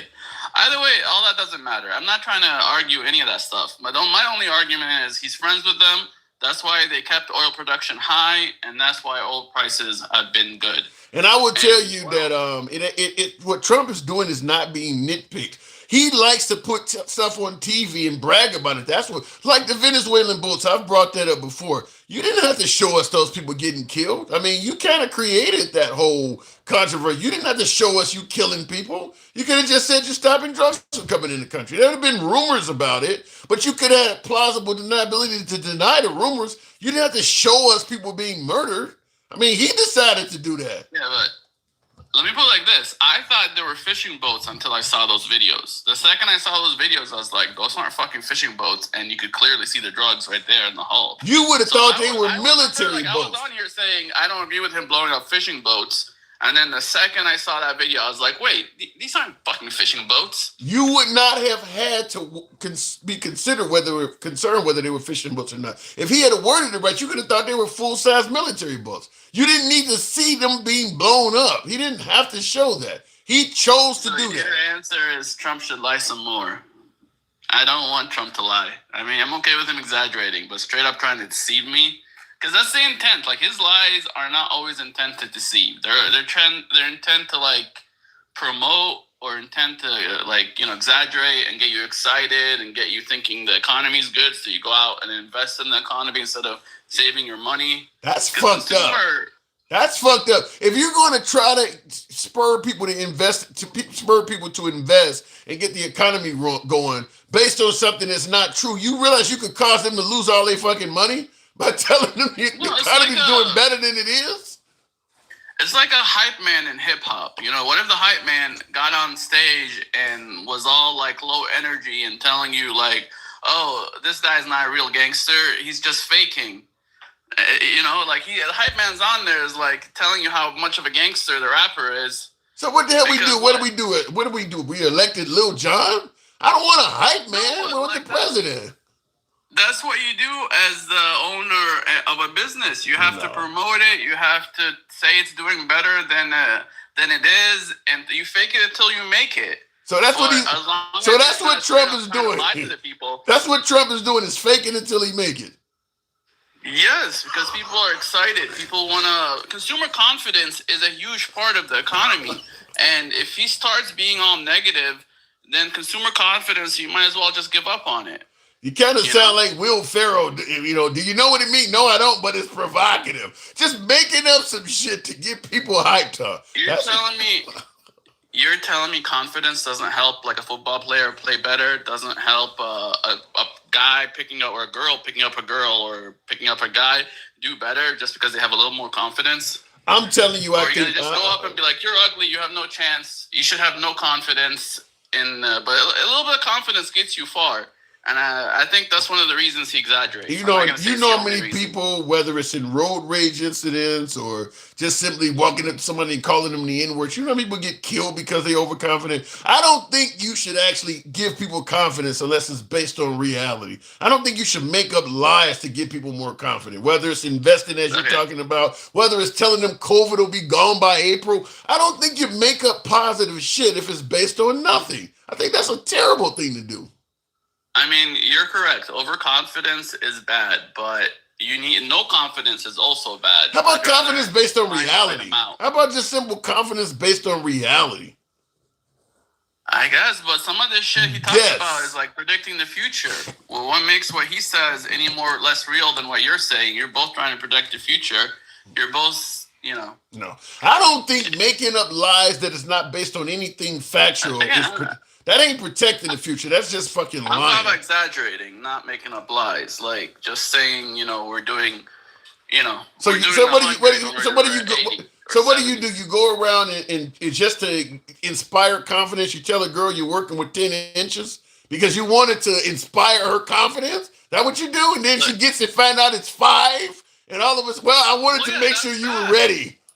I don't get If you it. say 10 and it's 5, we've had we had this conversation before. If you say it's 10 and it's 5, that's straight up lying. If you say it's 10 and it's 9 or 8, you're okay. You're just inspiring confidence.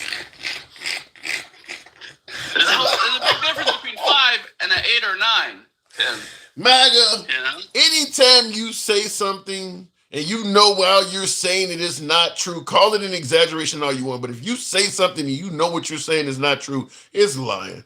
It ain't. It's not just exaggerating. It's lying. You know your exaggeration is not accurate. That's a lie.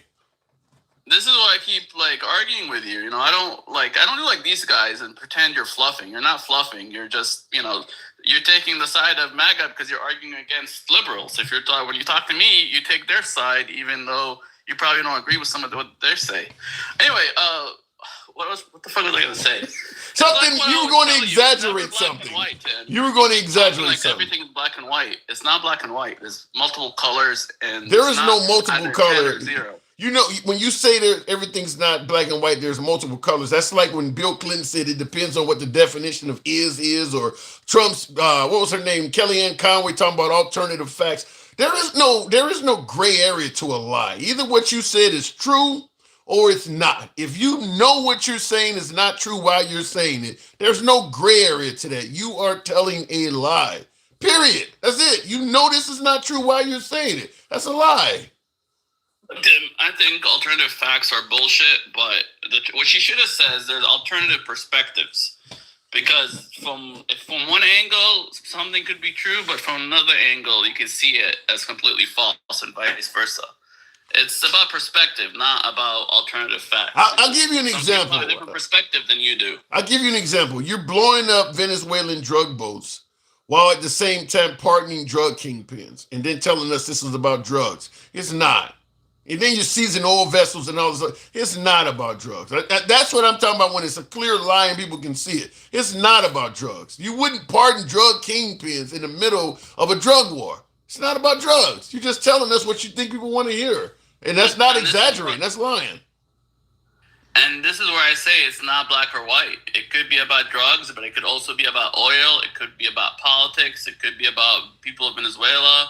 It could be about more than one thing. Why can't it be about both? About drugs and about something else? Well, it could be about oil. I'm not disagreeing with you that. It could be about politics. I'm not disagreeing with that. But the minute you pardon a drug kingpin, it's not about drugs anymore. That part you're lying about. You wouldn't pardon a kingpin if your goal was to prevent the sale and spread of dangerous drugs. Once you do that, you're out of that. Again, I don't know. Like I said to you last time, I don't know all the facts about that case. I know the other guy, Gen X, said some shit about his brother. I don't know. I haven't looked into that. You know what's funny, though, is that the guy who's on TV 10 times more than Biden has no problem giving 3-hour press conferences and telling people all kinds of shit. When it comes down to stuff we really need to know, like why did you pardon the drug kingpin or why is Ghislaine Maxwell sitting in minimum security, we have no fucking clue. Why is that? You talk all the time, but when you do the most controversial shit, we're left in the dark. Why is that? I have no idea. I wish I had all the answers, but I don't think you could just tell people everything, especially when you're the president. How about telling us the shit we actually want to know? You're telling us little crazy stuff like how much Biden was responsible for every damn thing every fucking day. I mean, Ghislaine Maxwell's been in minimum security for months now. Can you at least let us know why you did that? I mean, like, how long do we gotta wait? You started this by telling me how he should tell us less about he should have just blown up the boats and never told us about it. Yeah, but when you're doing because if he didn't tell us that, we wouldn't be pressing these questions. But if you're going to brag, then understand people are going to ask you. You don't look. This is not Al Bundy where you scored 4 touchdowns in a single game. If you're going to brag about doing it, then we're going to ask, why the hell does your high school picture look like you were 600 pounds? You said you scored 4 touchdowns. You're the one that decided to tell us about the touchdowns. You didn't have to say that. So once you start bragging, you open up the door for people to start questioning what you're saying. And he likes to brag. I mean, it's not just bragging. Once you bring any subject up, sometimes it's better not to bring it up. It's not just about bragging. I don't think you need to show people getting killed. I don't think there was any need whatsoever to show people being killed at sea. He didn't have to do that. No, but like if he kept his mouth shut, which we all wanted from day one, like I really preferred him to talk 50% less. He wouldn't have as many issues because half of what you guys say is always he said this and he said that. You know, Venezuela is the one example where like he actually did something where with this blockade where I'm like that. Like I was very upset about this blockade. I'm like, what the fuck are you doing? Like this isn't, you know. What he is doing, and that's what I said, it ain't about drugs. What he is doing is attempting to make life as miserable as possible for Venezuela until they get rid of Maduro. Ain't nothing to do with drugs. I'm just gonna make life for your country as miserable as possible until you guys get rid of this guy. That's what he's doing. Ain't got shit to do with fentanyl, none of that. If Maduro steps down, his pursuit against fentanyl is gonna disappear immediately because that ain't what it's about. I think it's both because I know Trump, he really hates drugs ever since his brother died from drugs and alcohol. And he also blew up fucking boats in the Pacific that had nothing to do with Venezuela. Well, so if he was really about drugs, he would be going after a lot more countries than just Venezuela because that ain't where most of the shit's coming from. If you really were concerned with drugs, there would be a host of other countries you'd be fucking with. He's only going after Venezuela. I mean, I also think these boats were very easy picking. They weren't hiding. They were obvious drug boats just sitting there. Like I would have blown them up. I'm just simply saying, I bet you there's more drugs coming in this country across land borders than there ever will be on those boats. A lot of these trucks that move products between America and Mexico, they got shit all in the tires and stuff like that. Agents are paid to look the other way. Far more drugs are coming in that way than on the open seas. Nobody's going to have trouble getting high during Trump's term. I don't care how many fucking boats he blow up. There's going to be plenty of drugs in this country. You just made my point. Those drugs are hidden well. These drugs weren't even hidden. They were out in the open. So you think if people were crossing the border out in the open like that with drugs, Trump wouldn't shoot them or arrest them or but the problem is, how does it look when you're using $1 million missiles to take these boats out? Is it even cost effective at that point? I mean, we play target practice with those missiles. That's a whole different argument. But as far as taking out these boats, they're out in the open, Tim. If they were doing the same with trucks, that they had fucking obviously drug hauling trucks where you could see the drugs on top of in the fucking bed of the truck. If you could see drugs in the bed of the truck and they're not even covered up or anything and it looks like they're fucking moving drugs, you think the Border Patrol is going to let them just pass? I'm 100% behind getting rid of drug dealers and things like that. But I do believe that you can do it a lot more effective than using $1 million missile each time and then polluting the sea with all kinds of harmful narcotics. Not to mention, what if some of this stuff that is normally heavily packaged in barrels and shit shows up on somebody's shore and still kills a bunch of people when you actually had it on radar, actually had it in sight where you could have seized it. But you chose to blow this shit up, and now packages of this stuff is floating on shore somewhere and people are dying.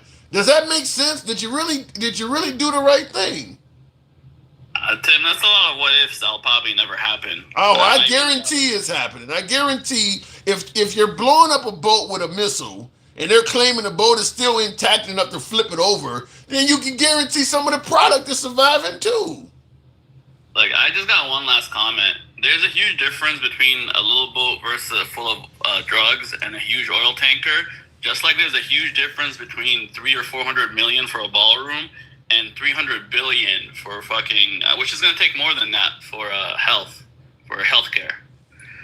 And I don't know how much it's going to take because all of it. Because Zenko made it sound like if he could do one, why isn't he doing the other? Well, there's a huge difference between the two. I think what you guys fail to realize, and I'll make this a last comment, but I think what you fail to realize is that if those subsidies go away and people are uninsured, you're still going to pay when they show up at the ER. So the guy who normally you were paying for his prescriptions for diabetic medicine or paying for his prescriptions for cholesterol medicine or high blood pressure medicine, you're not paying for that anymore. But when he shows up to the ER with a fucking stroke or he's in diabetic coma, now you're paying for that. And that's a hell of a lot more than those prescriptions would have been. So you're not saving any money. We need to solve healthcare. We should probably extend the subsidies by like 6 months while we solve it. You gotta have the will. Healthcare's a problem. Why the hell hasn't he solved this? He came down the escalator talking about repeal and replace in 2015. Why doesn't he have it? Why are we still talking about solving something? Why doesn't he have anything to present right now? 10 years. Why isn't there a plan he can show you? Well, this is what I came up with and I had trouble doing my first term. But how about this? Why doesn't he have anything to produce? No, I don't know. I mean, there's no one that has a plan that's been like, if someone had a plan, like, like Bernie saying free college and shit, we would have heard about it. But there's no one on the left. Yeah, but there's nobody on the left talking about there's nobody on the left trying to repeal what we have. He wants to repeal it. He should be able to, he should have something to replace it with. That ain't something you put on the left. He put it on the guy that's trying to get rid of what's there. If you want to get rid of it, what do you got? He has nothing.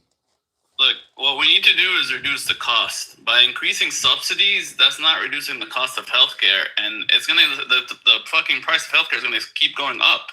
Because all the subsidies are doing is like, you're trying to drain the water. Like, say you're fucking in a pool that's getting filled with water and you're about to drown. All the subsidies is doing is removing the water instead of plugging the leak. Okay. You know what I mean? But MAGA, you're not saying solution. MAGA, you're not saying anything different than the Republicans have been saying the whole 10 years that Trump's been since he came down the escalator. We get all that. So what do you got to replace it with? The only exception is there's technology today, like being able to do doctor visits over the phone and using AI and all that. That wasn't around 10 years ago. And I think that's the solution right there. Use the technology we have today to make healthcare cheaper. But you do admit there's no damn excuse for why they have nothing on the drawing board so far. I know. Yeah, there's no excuse. That's why I haven't come up with one. All right, I'll leave it at that. Today's technology will solve the problem. All right, I got to go. Appreciate it. Moving on with the program, by the way, tap the screen. Yeah, listen, 10 years you've been talking about repeal and replace Obamacare. You've come really, really close right now. In fact, we may be only a week or two away from him successfully repealing it. And you have nothing to replace it with. Not, as he once stated, he had concepts of a plan. I'm not even hearing the fucking concepts.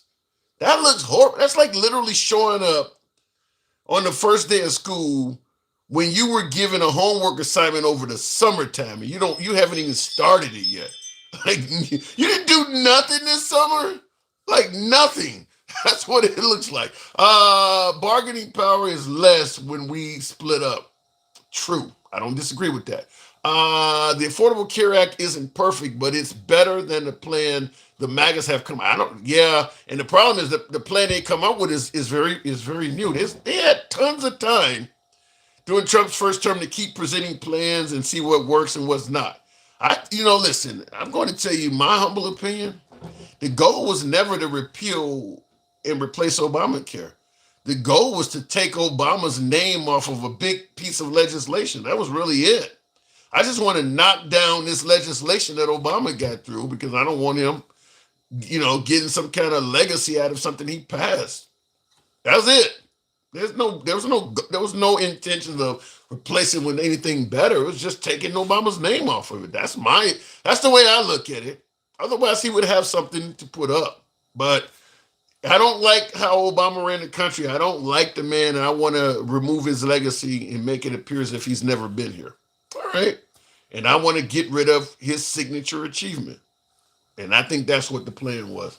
And there was never a plan to replace it with anything. Because by now, you should absolutely have that. Anyhow, folks, State of the Union is about to start shortly, another hour. But anyway, I do appreciate you guys with 150,000. We don't block banners since you know how the program is ran. If you do follow the program, if you watch us on Instagram, TikTok, or Facebook, feel free to follow the program. If you're watching on YouTube, give us a sub. Luigi is a dumbass coming from someone who believes John Rambo was real. What the hell are you guys talking about?